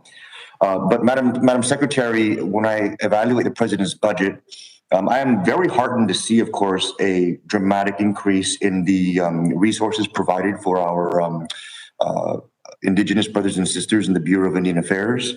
But specifically to our territories, the increase in the President's budget request does not adequately reflect the impact of the compact treaties on the host communities. When I broke it down on a per dollar basis in the 116th Congress, Madam Secretary, it came out to about $800 in support provided to the territory of Guam for us hosting our treaty allies and those who decide to migrate to Guam and call Guam home. Unfortunately, of course, the cost to educate far exceeds an $800 balance. The cost to be able to provide healthcare services far exceeds the $800 balance, to include the recent extension of this Congress for COFA migrants to be able to avail of Medicaid as a benefit. And so I wanted to inquire if there is a plan in the Department of Interior to recognize the true costs of our responsibilities of hosting our compact guests, And if we can look forward to those true costs realizing in the actual financial support that's afforded in the budgetary requests that is maybe proposed in this round or perhaps proposed in a future round. Congressman, thank you so much for the question, and we understand the issue, and we appreciate you coming to us with this issue today. I wonder if Rachel can perhaps add some detail, the kind of detail that you are looking for. Thank you. Sure. I know, thank you so much for the question. I know that this has been a priority for a number of states and territories over the years. The budgeting, as you know, there's two sources of funding. There's some mandatory funding, but there's also discretionary money in the budget request. We were happy to support a level funding for Compact Impact. I think it's $4 million in the president's discretionary request. And of course, we will be happy to work with you going forward on this. Thank you very much. I just wanted to just make it very plain that if the administration puts forward a budgetary request that reflects the true cost, we will absolutely, as host communities, be fully supportive of that. Thank you so much, Mr. Chairman and Madam Secretary. Gentleman yields. Representative Boebert, you're recognized for 5 minutes. Thank you, Chairman Grijalva and Ranking Member Westerman, for holding this important hearing. And thank you, Secretary Haaland, for attending today. Appreciate your presence here. And I appreciate in your opening statement that you said that you would like to work together. I do believe and agree with you that we can accomplish great things when we work together. And I love that you highlighted just the good paying jobs that come from what we can do together. Secretary Haaland, as you know, Colorado and many states in the West are experiencing a very severe drought. You sort of danced around it earlier, but why does this administration not have any investments in water storage in your budget? Thank you very much for the question, Congresswoman. And as I mentioned, water storage is one of many of the tools that our team believes can help so many of the states that are experiencing the drought through the drought. And I appreciate your support of that, and we'll absolutely take a look at it. Thank you, Madam Secretary. And yes, you did. I agree that it is a tool for drought mitigation. You also said yes, that you support the reauthorization of the WIN Act when questioned by Representative McClintock.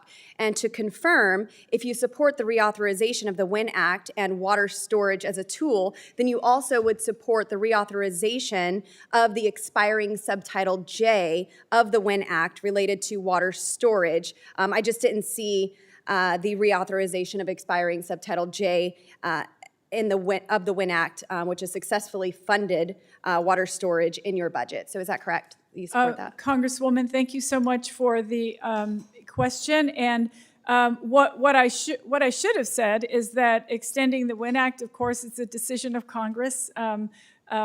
Congress is you make that decision, and we are aware of the different proposals in Congress. Reclaiming my time. Thank you, Madam Secretary. The Trump administration funded water storage, water recycling, and desalination projects throughout the West, and I encourage the DOI really get their priorities straight instead of pandering to radicals that want to tear down dams and prevent water storage projects. So I am happy to hear that you're in favor of water storage. It's something we've battled in Colorado for quite some time. Madam Secretary, the previous administration, moving along, including career officials currently within your agency, relocated the Bureau of Land Management headquarters from Washington, D.C. to my district in Grand Junction, Colorado. Following a competitive process, the relocation has a strong support from Colorado's Democrat governor, our 2 Democrat senators, the entire Colorado delegation, and stakeholders on both sides of the aisle. I very much appreciate Mr. Negus's statements and acknowledgement today of the contributions Colorado's received from the BLM and the headquarters during his time today.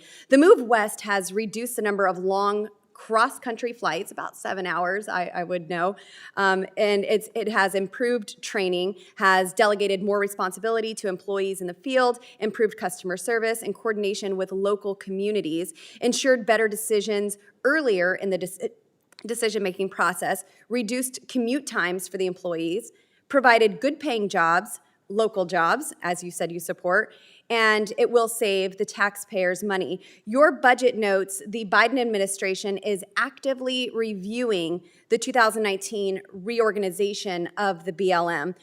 Do you plan on visiting the Grand Junction BLM headquarters? I have sent you a letter on March 15th requesting you visit Grand Junction, Colorado to see the headquarters yourself.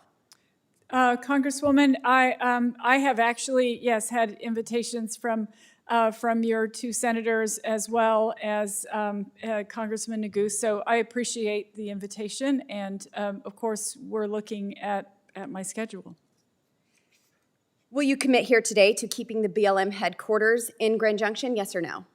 We are actually doing a review on that currently.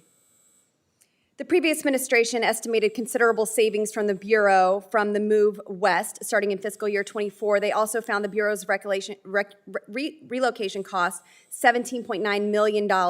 Given these costs, and any move back east would exceed those costs of $17.9 million, that there is no longer a BLM office in D.C. to move back to, that D.C. real estate is much more expensive, and there is a lease on the building in Grand Junction, and the Bureau has hired and moved numerous employees related to 200 plus now Western positions. How would you justify a move back to D.C. to taxpayers?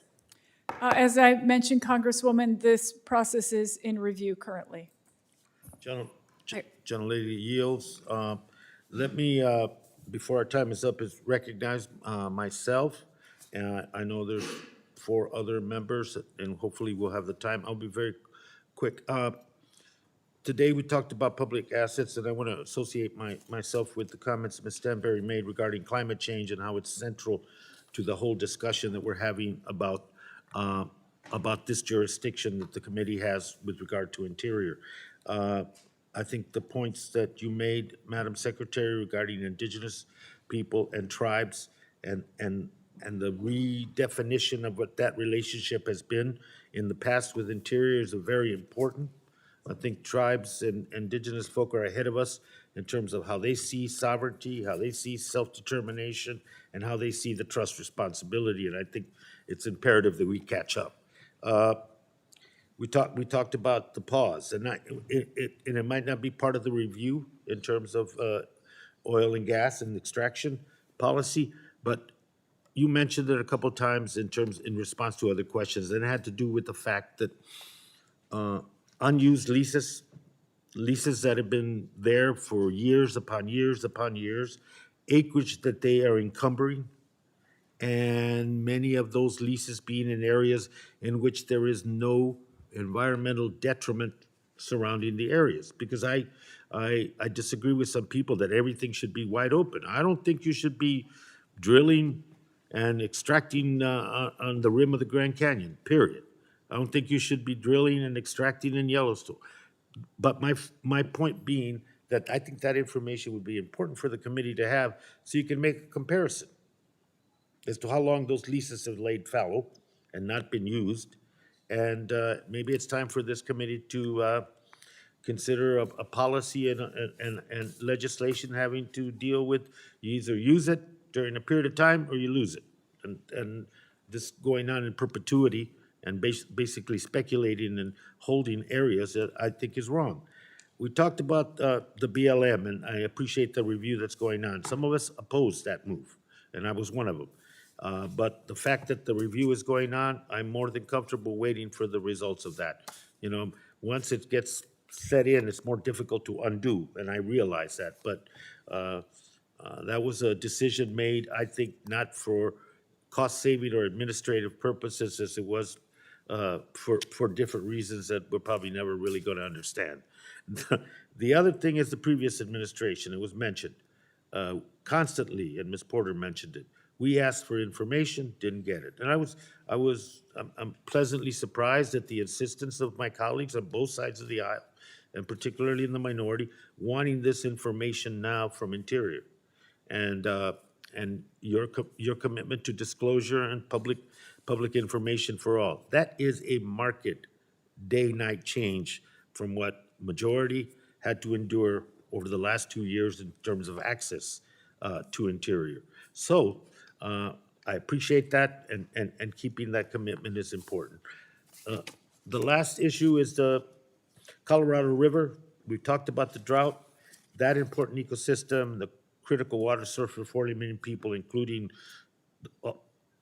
for 68 tribes within that region, and it's the critical resource. The drought contingency plan was put together, and I'm pleased that the Interior Department is ensuring tribes of their role in that discussion. That's the feedback from tribes that I've received. But I want to say that I think that post the 2026, when we would revisit this, I think the urgency is now to convene, and that those states that that need to convene in that basin should be doing it now, and looking at their own internal policies, their own water use regulations that they have within their states, because that affects whatever we try to do in terms of the asset that you have jurisdiction over, which is the Colorado River. Those are just requests, but I think that it can't be the same anymore. Other changes have to occur in order to deal with this drought, and at least my experience from the state of Arizona, they don't seem to be ready for it. And I think the government can, your Interior can help spur that discussion, which is not happening at this point. And with that, I recognize Mr. Obernaut for your time. Thank you very much, Mr. Chairman and Secretary Haaland. Congratulations on the new position. I represent one of the largest congressional districts in the country, and over 90% of the land of my district is public lands of one form or another, many of which are managed underneath your department. So I'm very happy to see you taking aggressive action in your new role. I'd like to ask a couple of questions about the budget that you have presented, in particular as it relates to the Great American Outdoors Act funding. So that, as I'm sure you're aware, it's $1.9 million a year $1 billion a year that Congress has appropriated for the purposes of improving and developing infrastructure on those public lands. I was a little disappointed in looking at the budget that you're presenting today to realize that very little of that funding is being spent recreationally to improve access to our public lands. In fact, by my count, only about 7 projects are being proposed for funding that are recreational projects, which is only about 11% of the total funding. So can you explain the department's philosophy when it comes to appropriating that money and why more of that money has not been prioritized for recreational uses? I appreciate the question, and I'll give it a try, and then perhaps Rachel may be able to fill in a little bit. But we are. I know that the deferred maintenance there's a very big backlog of deferred maintenance, and that is where a lot of work is being done, or we know that needs to be done using GAOA funding, and we're grateful for it. I supported it when I was a member of Congress as well. And so the deferred maintenance backlog is large, and that's something that we are working to remedy. Thanks so much for the question. I would say in terms of the access for the projects, recreation is one of the factors that goes in. As the Secretary mentioned, deferred maintenance is and sort of buying down some of these large projects that are on the books that are creating challenges for park visitors and safety issues is a huge priority. For access, we do have a number of roads projects in terms of allowing people to come into public lands. I would note that one of the highest priority projects is a Yellowstone River Bridge project, which is going to help support one of the main arteries to the park that brings visitors there. Each bureau does things a little bit differently, but I think we are certainly open to working with Congress and making sure that we're implementing the law as intended as we allocate funds going forward, and know that Congress has a role also in helping select the projects. So thank you for the question. Thank you. I appreciate that. And while we're talking about deferred maintenance, that's what I'd like to ask a second question about, because among the facilities that I represent are the Mojave National Preserve and the Joshua Tree National Park. And as I'm sure you're aware, both of those facilities have enormous deferred maintenance problems. And I can tell you from firsthand experience, having seen them, how desperate that need is. In the Mojave National Preserve, it's nearly $120 billion. Joshua Tree, which is, as you know, one of the most visited national parks in our entire system, the deferred maintenance need is over $60 million. So I'm hoping that I can get your commitment that to help us address those deferred maintenance issues, because neither of those facilities was awarded any project funding in the first 2 rounds of the Great American Outdoors Act funding, and so I'm hoping we can fix that.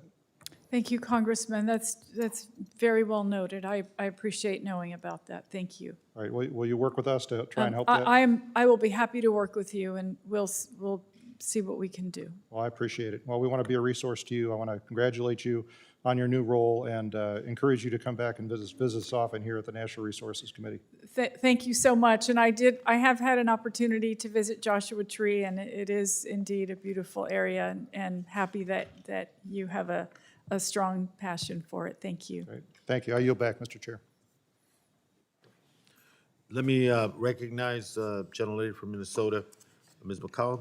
Representative, you're recognized. Thank you, Mr. Chair. Secretary Haaland, it is so wonderful to see you in person. And I have a couple of questions, but I cannot go any farther without just holding this up. This is a bottle of water. Water is a natural resource. Without water, our lives don't exist. And sometimes water's in competition with oil and gas, and in Minnesota right now, it's in competition with some natural resources. So I appreciate the Department of Interior and the Forest Service doing what it needs to do to make sure we protect water for future generations. So thank you for your work on that. Superior National Forest, in and of itself, is 20% of the clean water that our federal government's responsible for protecting. Honoring our trust and treaty obligations is so very important, and I know that you will do everything in your power to make sure that the federal government does a better job of leading up to protecting the trust and treaty responsibilities in Indian country. And I commend you for what you're setting up with the Federal Indian School Board Review. What has just happened to the First Nations in Canada with the discovery of 200 skeletons at one of their boarding schools just was heartbreaking, very heartbreaking. And they've done a reconciliation. They've done a review. They've gone to the public. They've heard the testimony from their tribal communities. We still haven't done that here. So thank you for your work on that.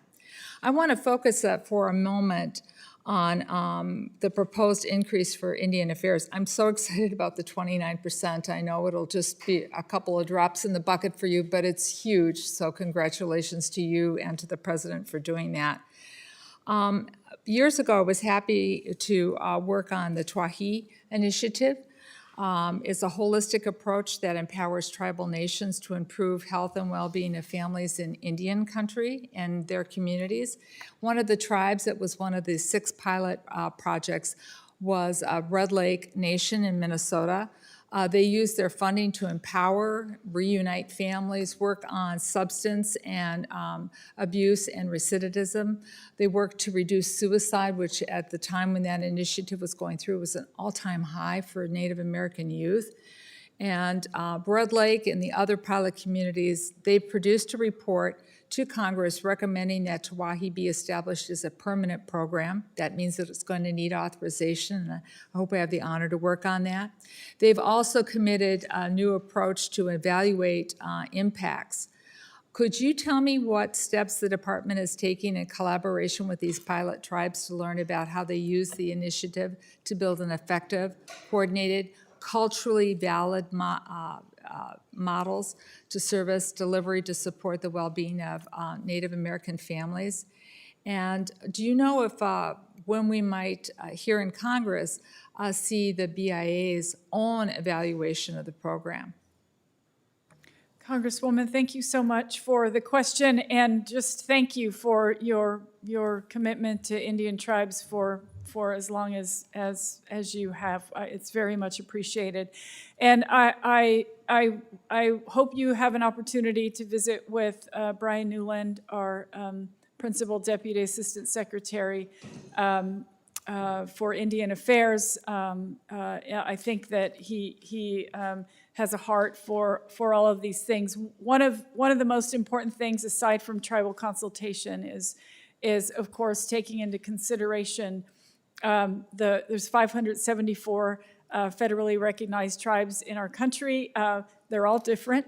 None of them are the same. They all have various issues that concern their tribes, and we really want to make sure that we are getting to the heart of what it is that those individual tribes need. So I can assure you that those particular geographic areas and other tribal community customs and traditions all figure into how we're moving forward with programs, with all the programs within the BIA. Well, thank you. We look forward to doing that. We look forward on the Appropriations Committee of Interior working with you to advance our trust and treaty responsibilities. And with that, please, I know it's in your heart, protect our water. Thank you. Let me recognize Representative Bentz. You're recognized. Thank you, Mr. Chair, and thank you, Madam Secretary, for your patience with all of us today. And thank you for taking the time to talk with us a month or so, 2 months ago, regarding the challenge we faced down in the Klamath. And I understand that issue has already been raised earlier this afternoon, and I'm appreciative of that. In April, the administration announced the creation of an interagency working group to address the worsening drought conditions in the West and support farmers, tribes, and communities impacted by water shortages. I can assure you, and I know you know this, but right now things are incredibly grim in that basin, and with silence from the administration comes increased frustration, which we absolutely want to avoid, given the incredible challenges they face. And by they, I mean all of the groups in the basin. I know you're aware of this, but I would like to know if that working group has been formed and if it has met. And if not, when can we anticipate that group will visit that basin? Congressman, thank you so much for the question, and thank you again also for your accessibility to my staff, your input, and all of that has been extremely beneficial, and we appreciate that very much. I know how important this issue is to you. We want to make sure that we will be in touch with you as this working group moves forward. And as soon as we're able to meet, we will absolutely make sure that we reach out to you. Thank you, Madam Secretary. I would just say that the challenge there is that there is a lake full of water and it has been allocated to in-stream purposes. So as those who would have normally had that water drive by that lake, you can imagine what their feelings are. And there's 350,000 acre feet of water there, but they can't touch it. And so the administration stepping in after it had made the decision to make those allocations to in-stream purposes, which I understand the ESA is a law. But you folks need to be down there to, and I know the Bureau has tried to be visible, but a higher level involvement is really necessary. And I'm emphasizing this because it's really important. And so I'm going to shift away from that for just a minute, but not because I don't think it's important, but because I just want to use a few moments to ask how the efforts to find some additional money for all of those affected in the basin are going. I just want to say the losses in the basin are calculated to be around $400 million. And we, Doug LaMalfa and I, are asking for a bill of a fraction of that. And we have also asked that the tribes and other folks join us in that bill. Perhaps you can share with us what the administration is doing when it comes to additional funding for that basin. Thank you so much for the question. And you may know this, but Reclamation committed $15 million in immediate aid through the Klamath Project Drought Response Agency. And then there's another $3 million in technical assistance to tribes for ecosystem activities. I know the community is asking for more help, and we are looking to do more and leverage additional resources as well as the USDA. And I appreciate your deep concern, and thank you for letting us know that you would like folks to come and visit. I appreciate that. Thank you, Madam Secretary, and thanks for your patience today. I yield back. Madam Secretary, and Mr. Bentz was the last member to ask questions, other members, but in deference and an appreciation for your courtesy, Madam Secretary, and for extending your time here, and everybody that was present here, having an opportunity to have a conversation with you, it's very much appreciated. And I, for one, am very optimistic, and not just in a hopeful way. I'm very optimistic of the capacity that you bring to Interior, and the number of initiatives and firsts that we're going to see coming from Interior. That's your record as you've progressed, both politically and in civic life, and I don't see it changing any bit, and that's why my optimism continues to be very high, and it will continue to be that way. And I appreciate your time. Thank you. Meeting's adjourned. Huh?